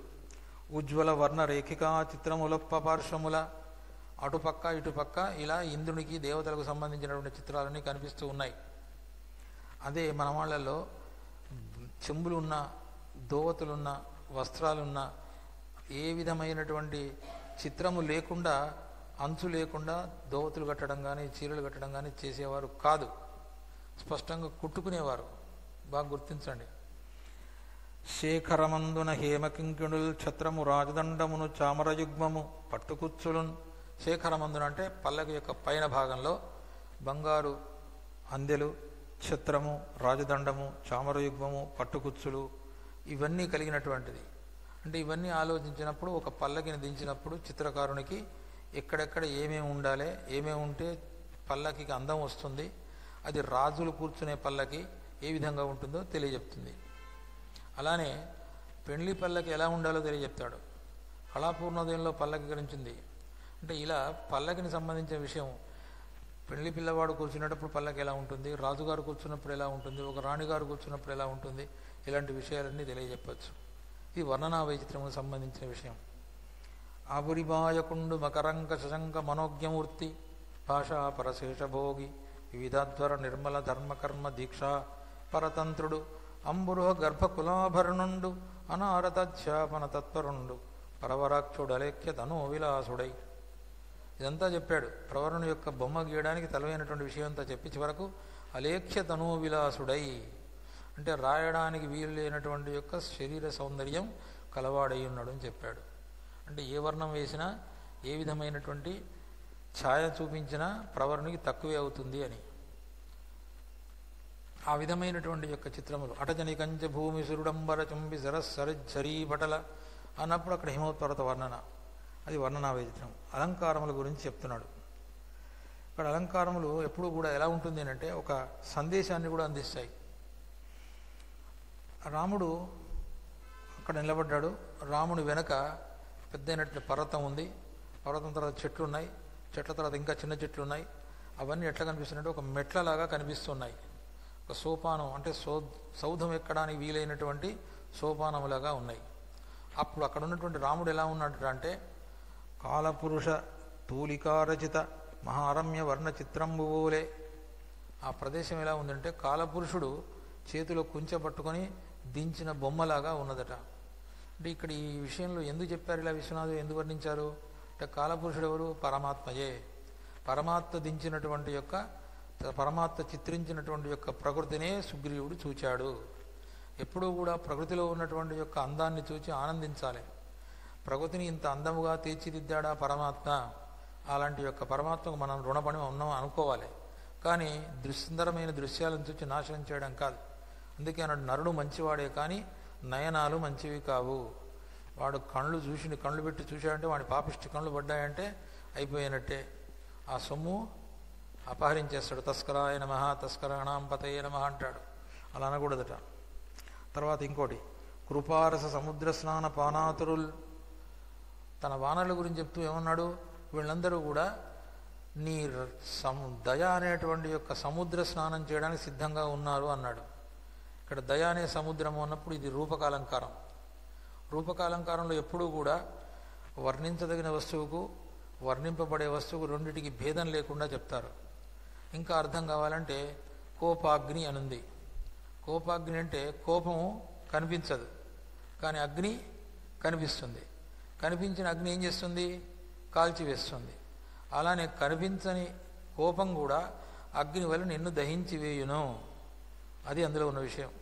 ఒక రూపక సమాసంలో రూపకాలంకారంలో ఉన్న గొప్పతనం ఏంటంటే నీకు దాని యొక్క విలువను తెలియజెప్తుంది. విద్యాధనము అనుంది. నీకు విద్య కనిపించడంలే, నీకు ఎన్ని డిగ్రీలు వచ్చినా విద్య తెలియడంలే, కానీ ధనం మాత్రం ఓహో ఇది 1000 రూపాయలు, ఇది 100 రూపాయలు, 500, 2000 ఇలా తెలుస్తూ ఉన్నది. ఇంత కోట్లు లక్షలు శ్రీమంతుడు.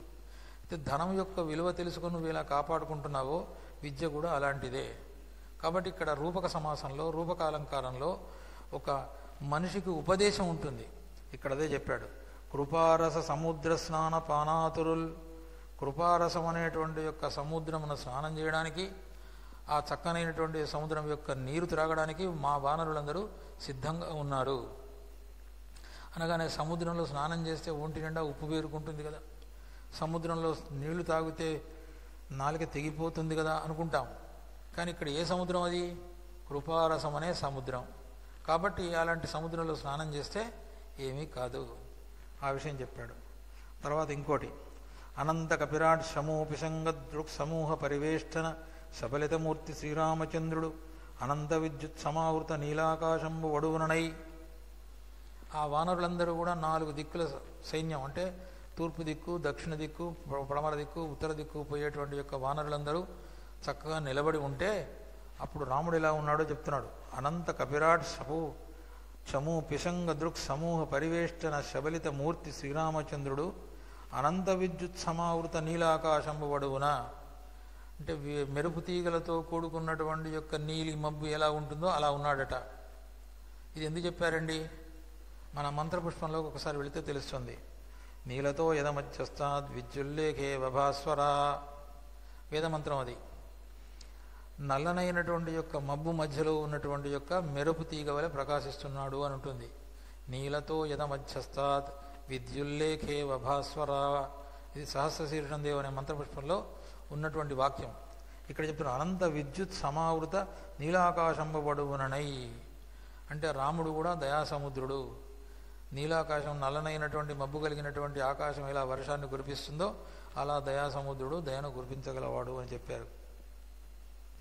తర్వాత ఇంకోటి ఏం చెప్పారు, మీరొక్కరును ధాత్రిని చేతుల యందు బూరెలొత్తిన గతి నొత్తగలుగుదురు. వానలతో అంటాడు రాముడు, బూరెలను ఒత్తినట్టుగా ఒత్తగలుగుతారు. బూరెలు మామూలుగా సొజ్జ బూరెలను చేస్తూ ఉంటారు. మామూలుగా మీ తల్లులందరికీ తెలుసు, పండుగలు చేసిన మామూలుగా ఇలా చేసి ఇలా గట్టిగా రెండు అరిసెల పలకల్లాగా ఉంటాయి. ఇలా చేస్తే ఏమవుతుంది, చక్కనైనటువంటి రీతిలో ఒక షేప్లో వచ్చేస్తుంది. అలానే అంటే ధాత్రిని కూడా అలా చేయగలరు అని వానరులకు చెప్పారు. వానరులు ఎవరు మరి వీరంతా? దేవతాంశ సంభూతులు. దేవతాంశ సంభూతులైనటువంటి వానరులందరూ తలుచుకుంటే ఎంతమంది రాక్షసులైనా ఏమీ చేయలేరు అని అర్థం. అంతేకాకుండా ఇంకొక పద్యం చెప్పాడు, మత్తస సామజంబు సరస్సు మధ్యమునందుదొచ్చి అత్తమిల్లుగతి మహేంద్రమన్న పర్వతముదది దత్తరంపడు నీళ్లలోదాగిదో కలశసూతి హత్యదాని సముద్రాంతరాభీల వారిలోన. ఇక్కడ కుంభసంభవుడు మహేంద్ర పర్వతాన్ని సముద్రంలో ఇట్లా అణిచిపెట్టాడు. ఎలా అణిచిపెట్టాడు ఆ విషయాన్ని చెప్తున్నాడు. ఈ యొక్క స్మరణాలంకారం, ఉపమాలంకారం కూడా. మదించిన ఏనుగు ఒక్కసారిగా వెళ్ళి నీటి మధ్యలో నిలిచి నీరునంతా అల్లకల్లోలం చేస్తూ ఉంటే అక్కడే ఉండిపోయినట్టుగా. మత్త సామజంబు సరస్సు మధ్యనందు వచ్చి అత్తమిల్లుగతి, పడుకున్నట్టుగా శయనించినట్టుగా. మహేంద్రమన్న పర్వతం ఉదది తత్తరంపడు నీళ్లలో దాగెబో కలశసూతి హత్తే, దాన్ని పైకి రాకుండా అలానే అణగబట్టాడు. సముద్రాంతరాభీల వారిలోన. ఇక్కడ ఒక చక్కనైన విదేశాన్ని చెప్తున్నాడు. ఎంత గర్వము కలవానికైనా ఏనాడైనా ఒకనాడికి శృంగభంగం తప్పదు. నేను గొప్పవాణ్ణి, సూర్యుని కంటే మించి పక్కనున్న మేరు పర్వతం కంటే మించిపోవాలనుకున్నట్టు వింధ్యపర్వతం ఏమైపోయింది, అణగదొక్కబడ్డది. అంటే ఇక్కడ మనకు ఒక సందేశం అందిస్తున్నారు. ఎంత గొప్పవాడైనా నేను చాలా గొప్పవాణ్ణి అని గర్వంతో విర్రవీగితే ఏనాడు ఒకనాడు వానికి శృంగభంగం తప్పదు. అది గుర్తుంచుకోవాలి మనం. ఇక్కడ కుంభసంభవుడు అగస్త్యుడు మహేంద్ర పర్వతాన్ని అణగొచ్చాడు, చాలా మంచి కథ అనుకోవడం కాదు. అక్కడ మహేంద్ర పర్వతాన్ని నేను ఏదో గొప్ప కావాలనుకున్నది, కానీ దాన్ని ఎదురొక్కాడు, వింధ్య పర్వతాన్ని కూడా. అంతేకాకుండా ఇక్కడ మసలి క్రొత్త కోడలివోలి మజ్జన తలపడదు, తల తడపదు. ఇక్కడ కొత్త ఉపయోగించాడు.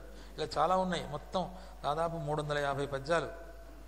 మసలి కొత్త కోడలి వలె. ఆ మహేంద్ర పర్వతాన్ని చూస్తుంటే ఎలా ఉందంటే, కొత్త కోడలు అత్తగారింటికి వచ్చినప్పుడు ఎలానైతే తల తడపకుండా ఉంటుందో, కొత్తగా వచ్చినటువంటి కోడలు ఎంబడే తల స్నానం చేయకూడదు అక్కడ. ఎందుకంటే ఇంకా 16వ పండుగ కూడా కాలే.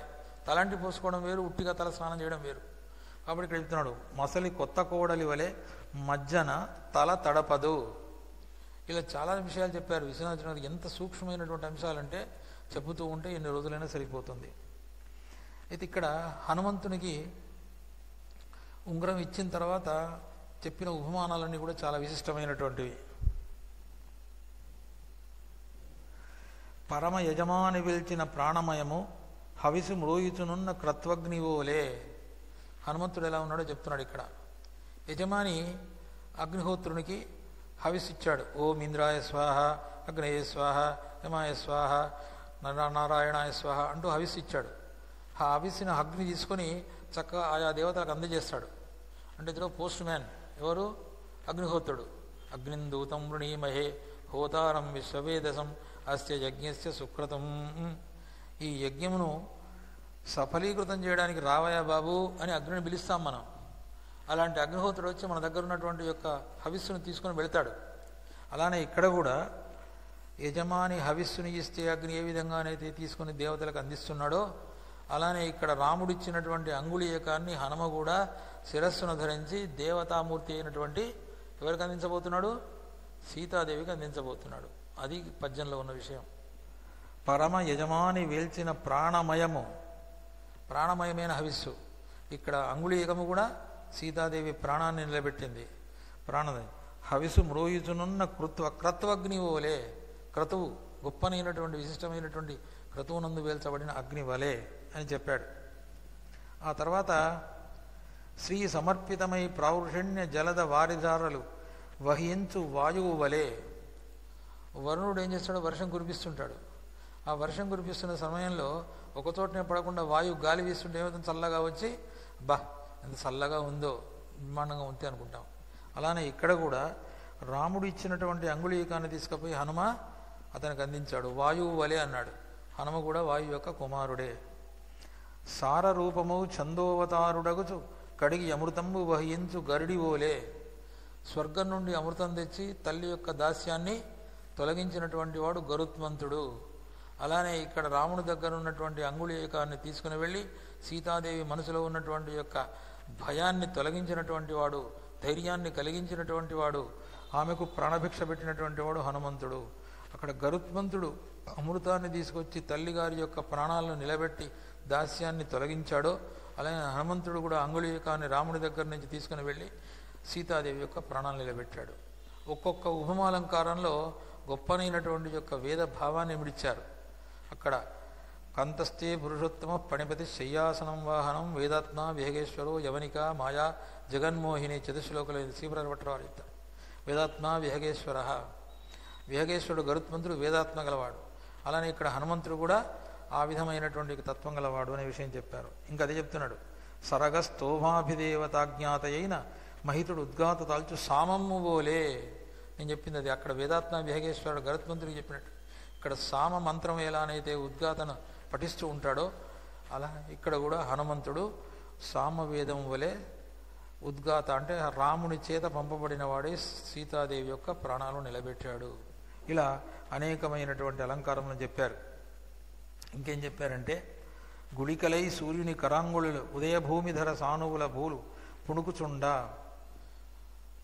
మామూలుగా ఏం చేస్తామనంటే కొత్తగా ఉన్నటువంటి జాగ్రత్తగా ఇలా మెల్లమెల్లగా తడుముకుంటూ ఇక్కడ పుష్పం ఉందా, ఇక్కడ ఏమున్నది అనుకుంటూ గుడ్డివాడు కనుక ఏ విధంగా అనేది పోతూ ఉంటాడో ఆ విధంగానే సూర్యుని యొక్క కిరణములనే వేళ్ళు ఈ భూమి మీద ఉన్నటువంటి యొక్క పర్వతముల అటు ఇటు తడిమి చూస్తున్నాయట. ఎలా తడిమి చూస్తున్నాయంటే గుడ్డివాడు ఒక పూలను తడిమి చూచినట్లుగా అని చెప్తారు. ఇక్కడ సూర్యుని కరాంగుళులు ఉదయభూమి ధర సానువుల పూలు పుణుకుచుండ. అరుణకేతక రూపుడైనట్టి ఆది కుర్మంబు కోరి అభిష్టకములను గూరిచి కొండగా చేసి తూర్పు దెసబుట్టెవాని దోసిలి తొలివేళ్ల చివర తూర్పుగిరి అబ్జరూప దోచును అదూర దేశమున. అబ్జగిరి ఇక్కడ ఏం చెప్పాడంటే, కూర్మము ఏం చేసిందటంటే తన మనసులో ఉన్నటువంటి కోరికలన్నీ కూడా ఒక తామర రూపంలో చేసిందట. చేసిన తర్వాత ఇలా పట్టుకున్నది కూర్మం. ఈ కూర్మం మీద తామర పుష్పం ఉన్నది. కాడ ఇక్కడ మధ్యలో ఉంది, పైన తామర పుష్పం ఉంది. వికసించిన తామర పుష్పం ఎలా కనిపిస్తుందో అలా చూడండి. తూరుపుగిరి అబ్జరూపతోచు అరుణకేతక రూపుడైనట్టి ఆది కూర్మంబు కోరి అభిష్టములను కురిచి కొండగా చేసే. తూర్పు కొండ, తూర్పు దశ బుట్టే వాని దోసిలి తొలివేళ్ల చివర ఇలా పట్టుకున్నాడు. తూర్పుగిరి అబ్జరూపతోచు, అబ్జరూపంగా అంటే ఒక చేతిలో తామర పుష్పాన్ని ఇలా పట్టుకుంటే ఎలా ఉంటుందో ఆ కొండ కూడా అలా కనిపిస్తుంది, తూర్పు కొండ. ఇలా ఒక్కొక్క పద్యాన్ని వర్ణిస్తూ పోతే అసలు విశ్వనాథ చరణ గారికి 1000 నమస్కారాలు పెట్టచ్చు. అలాంటి పరిస్థితి. అలంకారం గురించి వర్ణన గురించి వదిలిపెట్టేసి ఇక ఛందో వికాసం గురించి చివరగా చెప్పి ముగిద్దాం. ఛందో వికాసంలో ఆహ్లాదనే అని ధాతువు అంటే మనసుకు ఆహ్లాదమును కలిగిస్తుంది. ఎలా కలిగిస్తుందండి? తల్లి పిల్లవాడిని పిలుస్తుంది, రారా నడిచిరా. నువ్వు నడిచొస్తుంటే అబ్బా ఎంత అందంగా ఉందో, ఇటొక్కడుగు అటొక్కడుగు ఇటొక్కడుగు అటొక్కడుగు వేసేస్తుంటే నడుస్తే ఎంత అందంగా ఉందో అంటుందా అనదా? ఆ పిల్లవాడిని నడకను చూసి తల్లి ఆనందిస్తుంది. ఇష్టమైనటువంటి ప్రియుడు వెళుతూ ఉంటే ప్రియురాలు కూడా చూసి ఆనందిస్తుంది. ప్రియురాలు వెళుతుంటే ప్రియుడు. ఒక భక్తుడు పరమాత్మ యొక్క, ఇప్పుడు శ్రీరంగంలో ఇట్లా వెయ్యాలు ఊహిస్తుంటారు, తిరుపతిలో కూడా అంతే. ఇవన్నీ చూసి ఆనందిస్తూ ఉంటారు. అంటే ఆ నడకలో ఉన్నటువంటి యొక్క హంస నడక, మత్తేభము నడక, శార్దూలము నడక, కేసరి నడక ఇవన్నీ ఉన్నాయి. ఆ నడకలను చూసి ఆనందించినట్టే ఈ పద్యము నడకను చూసి కూడా ఆనందిస్తారట. ఎలా నడుస్తుంది అంటే ఇప్పుడు ఇంతకుముందు చదివిన ఆ పురిబాయకుండు మకరంక శశంక మనోజ్ఞమూర్తి భాషాపర శేషభోగి వివిధధ్వర నిర్మల ధర్మ కర్మ దీక్షా పరతంత్రుడు అంబురుహ గర్భకులాభరణుండు అనారతధ్యాపన తత్పరుండు ప్రవరాక్షుడలెఖ్య తనూవిలాసుడై. దీంట్లో దీర్ఘాక్షరాలు ఎక్కువ ఉన్నాయి, బిందుపూర్వక అక్షరాలు ఎక్కువ ఉన్నాయి. ఈ నడక చదువుతూ ఉంటే ఒక ఆనందం కలుగుతుంది. ఇప్పుడు పిల్లవాడు ఉయ్యాల్లో ఏడుస్తున్నాడు, అప్పుడు జో అచ్యుతానంద జోజో ముకుంద రారపరమానంద రామగోవింద అని ఒక్కసారిగా వీపు మీద ఫళ్ మన 4 దెబ్బలు కొట్టి జో అచ్యుతానంద పడితే నిద్రపోతాడా? పోడు. జో అచ్యుతానంద రాగం రాకపోయినా, అది శ్రీరాగం కాకపోయినా, మోహని రాగం కాకపోయినా, ఏ రాగం రాకపోయినా గార్ధవస్వరంతో కాకుండా ఆర్ద్రమైనటువంటి ప్రేమమయమైనటువంటి గొంతుతో కనుక జో అచ్యుతానంద జోజో ముకుంద రారపరమానంద రామ గోవింద జో జో అన్నాం అనుకోండి, ఏడ్చే పిల్లవాడు ఏడ్పును ఆపేసి నిద్రపోతాడు. అమ్మగారు సంగీత విద్వాంసురాలా? కాదే. అమ్మగారి గొంతులో గొప్పనైనటువంటి ప్రేమమయమైనటువంటి నాదం ఉంది, అందువల్ల నిద్రపోయాడు, లేవదిరాడు. ఈ అన్నమయ్య పాట అని తెలుసు ఆయనకు? తెలియదుగా. ఎందుకు నిద్రపోయాడు? అదే ఆ మిల్లగా జో కొడుతుంది అంతే, పాట కూడా రాకపోవచ్చు. ఆ జో కొట్టడంలో చేతి స్పర్శతో పిల్లవాడు నిద్రపోతాడు. అంటే అది ప్రేమమయమైనటువంటి ఈ నడక కూడా, పద్యము నడక కూడా అలానే ఉంటుంది. చది ఆహ్లాదనే, చది ఆచ్ఛాదనే అని ధాతువు.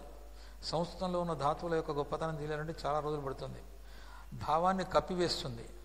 ఆ భావంలో ఉన్నటువంటి పదం తీసి ఇంకో పదం పెడదామంటే కుదరదు. అలాంటి యొక్క ఛందస్సు. ఈ 26 ఛందస్సులు ఉన్నాయి. ఉక్త, అత్యుక్త, మధ్య, ప్రతిష్ట, ఇలా పేర్లన్నీ చదవను. అవన్నీ చదివితే మాకే తలనొప్పి పుడుతుంది. 26 ఛందస్సులు. 26 ఛందస్సులు ఎన్ని వృత్తాలు పుట్టాయో తెలుసా? 13 కోట్లు వృత్తములు. అంటే ఉత్పలమాల, చంపకమాల, శార్దూలం, మత్తేభం ఇలాంటివన్నీ వృత్తములు అంటాం. ఇవి చాలా ప్రసిద్ధమైనవి, తెలిసినవి మాత్రమే. కానీ తెలియనటువంటి వృత్తాలు కోట్ల వరకు ఉన్నాయి. తర్వాత యతి, ప్రాస 2 ఉండాలి. యతి అనేది ఎందుకండి? వ్యాకరణం చెప్పడం కూడా ఈనాటి వారికి సాధ్యం కావడంలే. వ్యాకరణం అంటే అబ్బా తలనొప్పి పుడుతుంది అంటున్నారు. వ్యాకరణం చెప్పే తిరిగి చెప్తే ఆనందిస్తారు. యతి అంటే ఎక్కడ ఉంటుంది?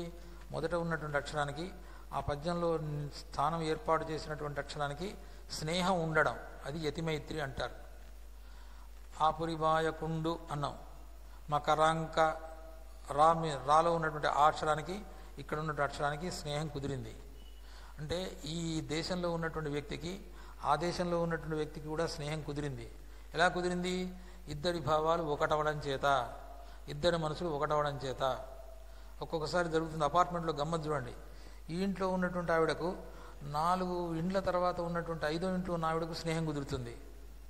ఈ మధ్యన 4 ఇండ్లకు అసలు మాటను కూడా మాట్లాడదు. ఇది మగవాళ్ళలో కూడా ఉందనుకోండి, అది వేరే విషయం, చెప్తున్న ఉదాహరణకు. కాబట్టి ఏమవుతుందంటే ఈమె యొక్క మనసులోని భావం ఆమె మనసులోని భావం కలిసింది కాబట్టి స్నేహం ఏర్పడింది. అదే పక్కింటి ఆమెతో ఎందుకు స్నేహం చేయలేదు? ఎందుకంటే ఈ భావాలు వేరైపోయినాయి కాబట్టి. బాస్ అంతే, ఆఫీసులో బాస్, ఈయన ఉద్యోగి, భావాలు ఒకటైతే కలిసిపోతారు, లేకపోతే లేదు. యతి మైత్రి కూడా అలాంటిదే. ప్రాస అంటే ఏంది? 2వ అక్షరం. 2వ అక్షరం ఎప్పుడు కూడా ఒక మార్గాన్ని సూచిస్తూ ఉంటుంది. ఢిల్లీకి రాజైనా తల్లికి కొడుకే, ఢిల్లీ తల్లి. ఢిల్లీ అన్నప్పుడు 2వ అక్షరం లీ, తల్లి లీ 2వ అక్షరం. ఇలా రెండింటికి ఒకే విధమైన అక్షరం ఉంటే అది ప్రాస అంటారు. అదిగో పులి అంటే ఇదిగో తోక అన్నాడట.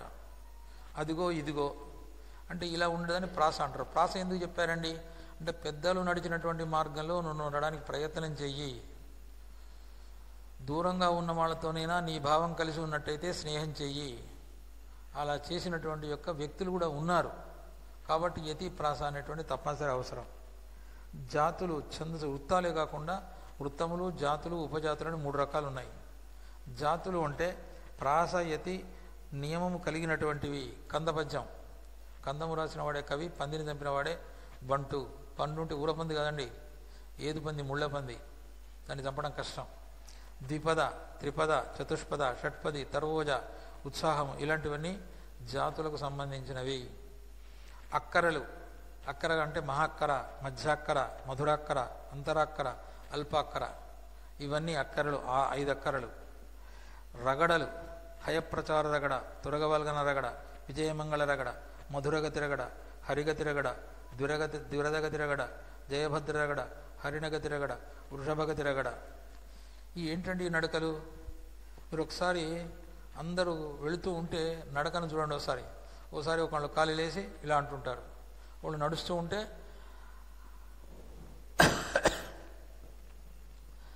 వెనుక ఉన్నటువంటి యొక్క వయ్యారం నడక ఉంటుంది. ఇలా పద్యముల యొక్క నడకలు కూడా భిన్న భిన్నమైన రీతిలో ఉంటాయి. పంచచామర యొక్క వృత్తిరు: జరల్ జరల్ జగంబు గూడ జాలి రేచన నిధి స్ఫురద్విరామై ఒల్తు పంచచామరంబగున్. పంచామర వృత్తం అలా నడుస్తూ ఉంటుంది. ఉత్సాహం యొక్క నడక వేరు, అంటే పద్యముల యొక్క నడకలు వేరు.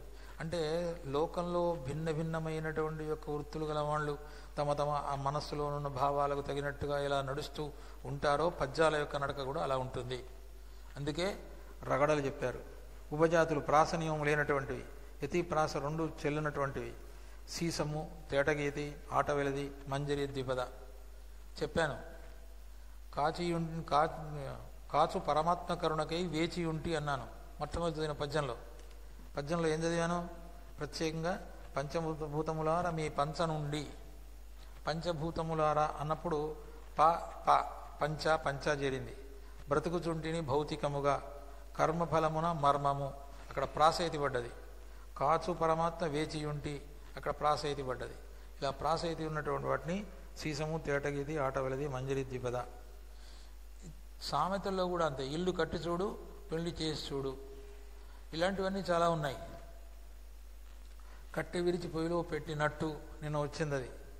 అయితే ఈ సమీకరణ ఖండంలో 353 గద్య పద్యాలుంటే 236 కొత్త పద్యాలను ఉపయోగించారు. సగానికి ఎక్కువ ఉన్నట్ట తక్కువ ఉన్నట్ట? 236. వృత్తాలు 32, వాటి పేర్లను చెప్పాను. క్షమ, జలదము, వనమయూరము, కమలన గీతి, కుసుమ విచిత్రము, వితానము, మధుమతి, మదరేఖ, హలముఖి, ప్రమణి, భజంగ సుచరతము, నారాచము, కౌముది, రసాల, రుగ్మవతి, ప్రమాణం, ఇంద్రవజ్రము, మనోరమ, పంక్తి, భద్రకము, వృంత, నాగరము, హరణర్తనము, కరిబృంమిదము, మద్రకము, ఇలా 32 వృత్తాలను ఉపయోగించారు. మధ్యాక్కరులు 56, మధురాక్కరులు 52, అల్పాక్కరులు 12, అంతరాక్కరులు 17, మహాక్కరులు 32, కర్ణాటక చతుష్పదులు 30, హరిగతరగడ 5. మొత్తం ఇలా 236 కొత్త వృత్తాలను ఉపయోగించారు. ఇలా రగడలను ఉపయోగించిన వారు, తర్వాత పోతే వృత్తాలను ఉపయోగించిన వారు ఉన్నారా అంటే ఉన్నారు మన దగ్గరే. హెచ్విఎల్ ప్రసాద్ బాబు గారు మనకు ఉపన్యాసాలు చెప్తూనే ఉన్నారు, మనం చూస్తూనే ఉన్నాం. ఆ హెచ్విఎల్ ప్రసాద్ బాబు గారు అక్షరార్చన అనే పేరుతో రగడల్లోనే హరుణ్ణి అర్చించారు. ఇది అక్షరార్చన, వారి పుస్తకమే.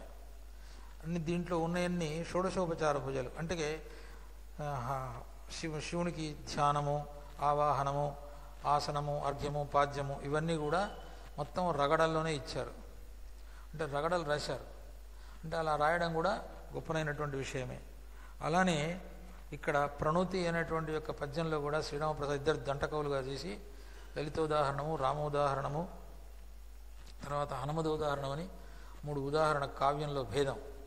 అక్కడ రాసినప్పుడు కూడా వృత్తము ముత్వలమాల, చంపకమాల, శార్దూలం, మత్తేభమే కాకుండా కొత్తనైన వృత్తాలు మత్త కోకిల, సుగంధి, మానిని, తరళము, విచకిలితము, కవిరాజ విరాజితము, పంచచామరము, పద్మనాభము, ధ్రువకోకిల, మాలిని, సాధ్వి అనే వృత్తాలను ఉపయోగించారు. రగడల్లో హయప్రచార రగడ, తురగవల్గన రగడ, విజయమంగళము, మధురగతి రగడ, హరిగతి రగడ, ద్విరదగతి రగడ, జయభద్ర రగడ, హరిణగతి రగడ, వృషభగతి రగడ, లలితగతి రగడ. అంటే ఈ పద్యాలను కూడా రాయడంలో ఉద్దేశం ఏంటంటే మన మనసులో ఉన్నటువంటి ఆలోచన ఒక్కొక్కప్పుడు ఒక్కో విధంగా వెళుతూ ఉంటుంది.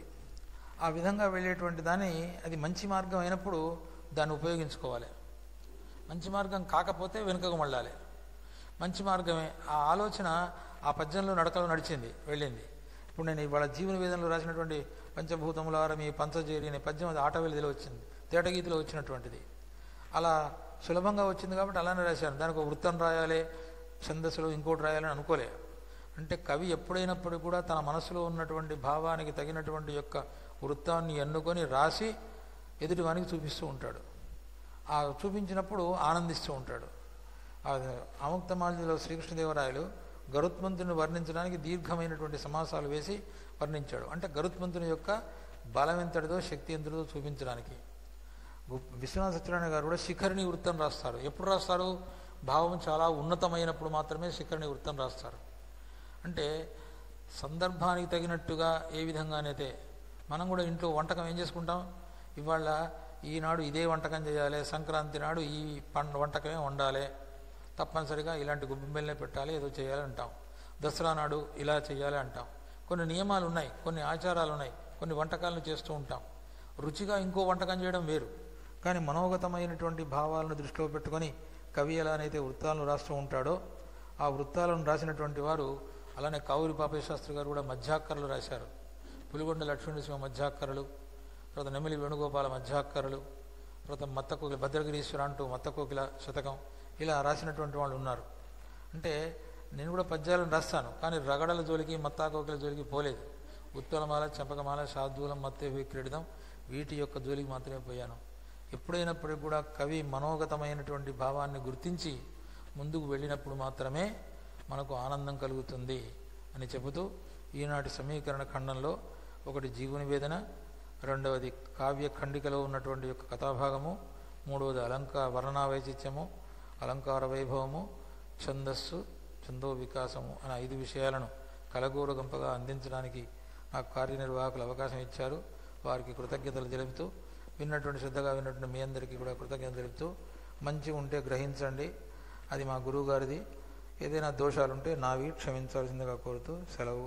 షన్నో మిత్రశం వరుణ షన్నో భవత్వర్యమ షన్న ఇంద్రో బృహస్పతి షన్నో విష్ణురుక్రమ నమో బ్రహ్మణే నమస్తే వాయో త్వమేవ ప్రత్యక్షం బ్రహ్మాసి త్వమేవ ప్రత్యక్షం బ్రహ్మ వదిష్యామి కథం వదిష్యామి సత్యం వదిష్యామి తన్మామోతు తద్వక్తారమోతు అవతు మాం అవతు వక్తారం.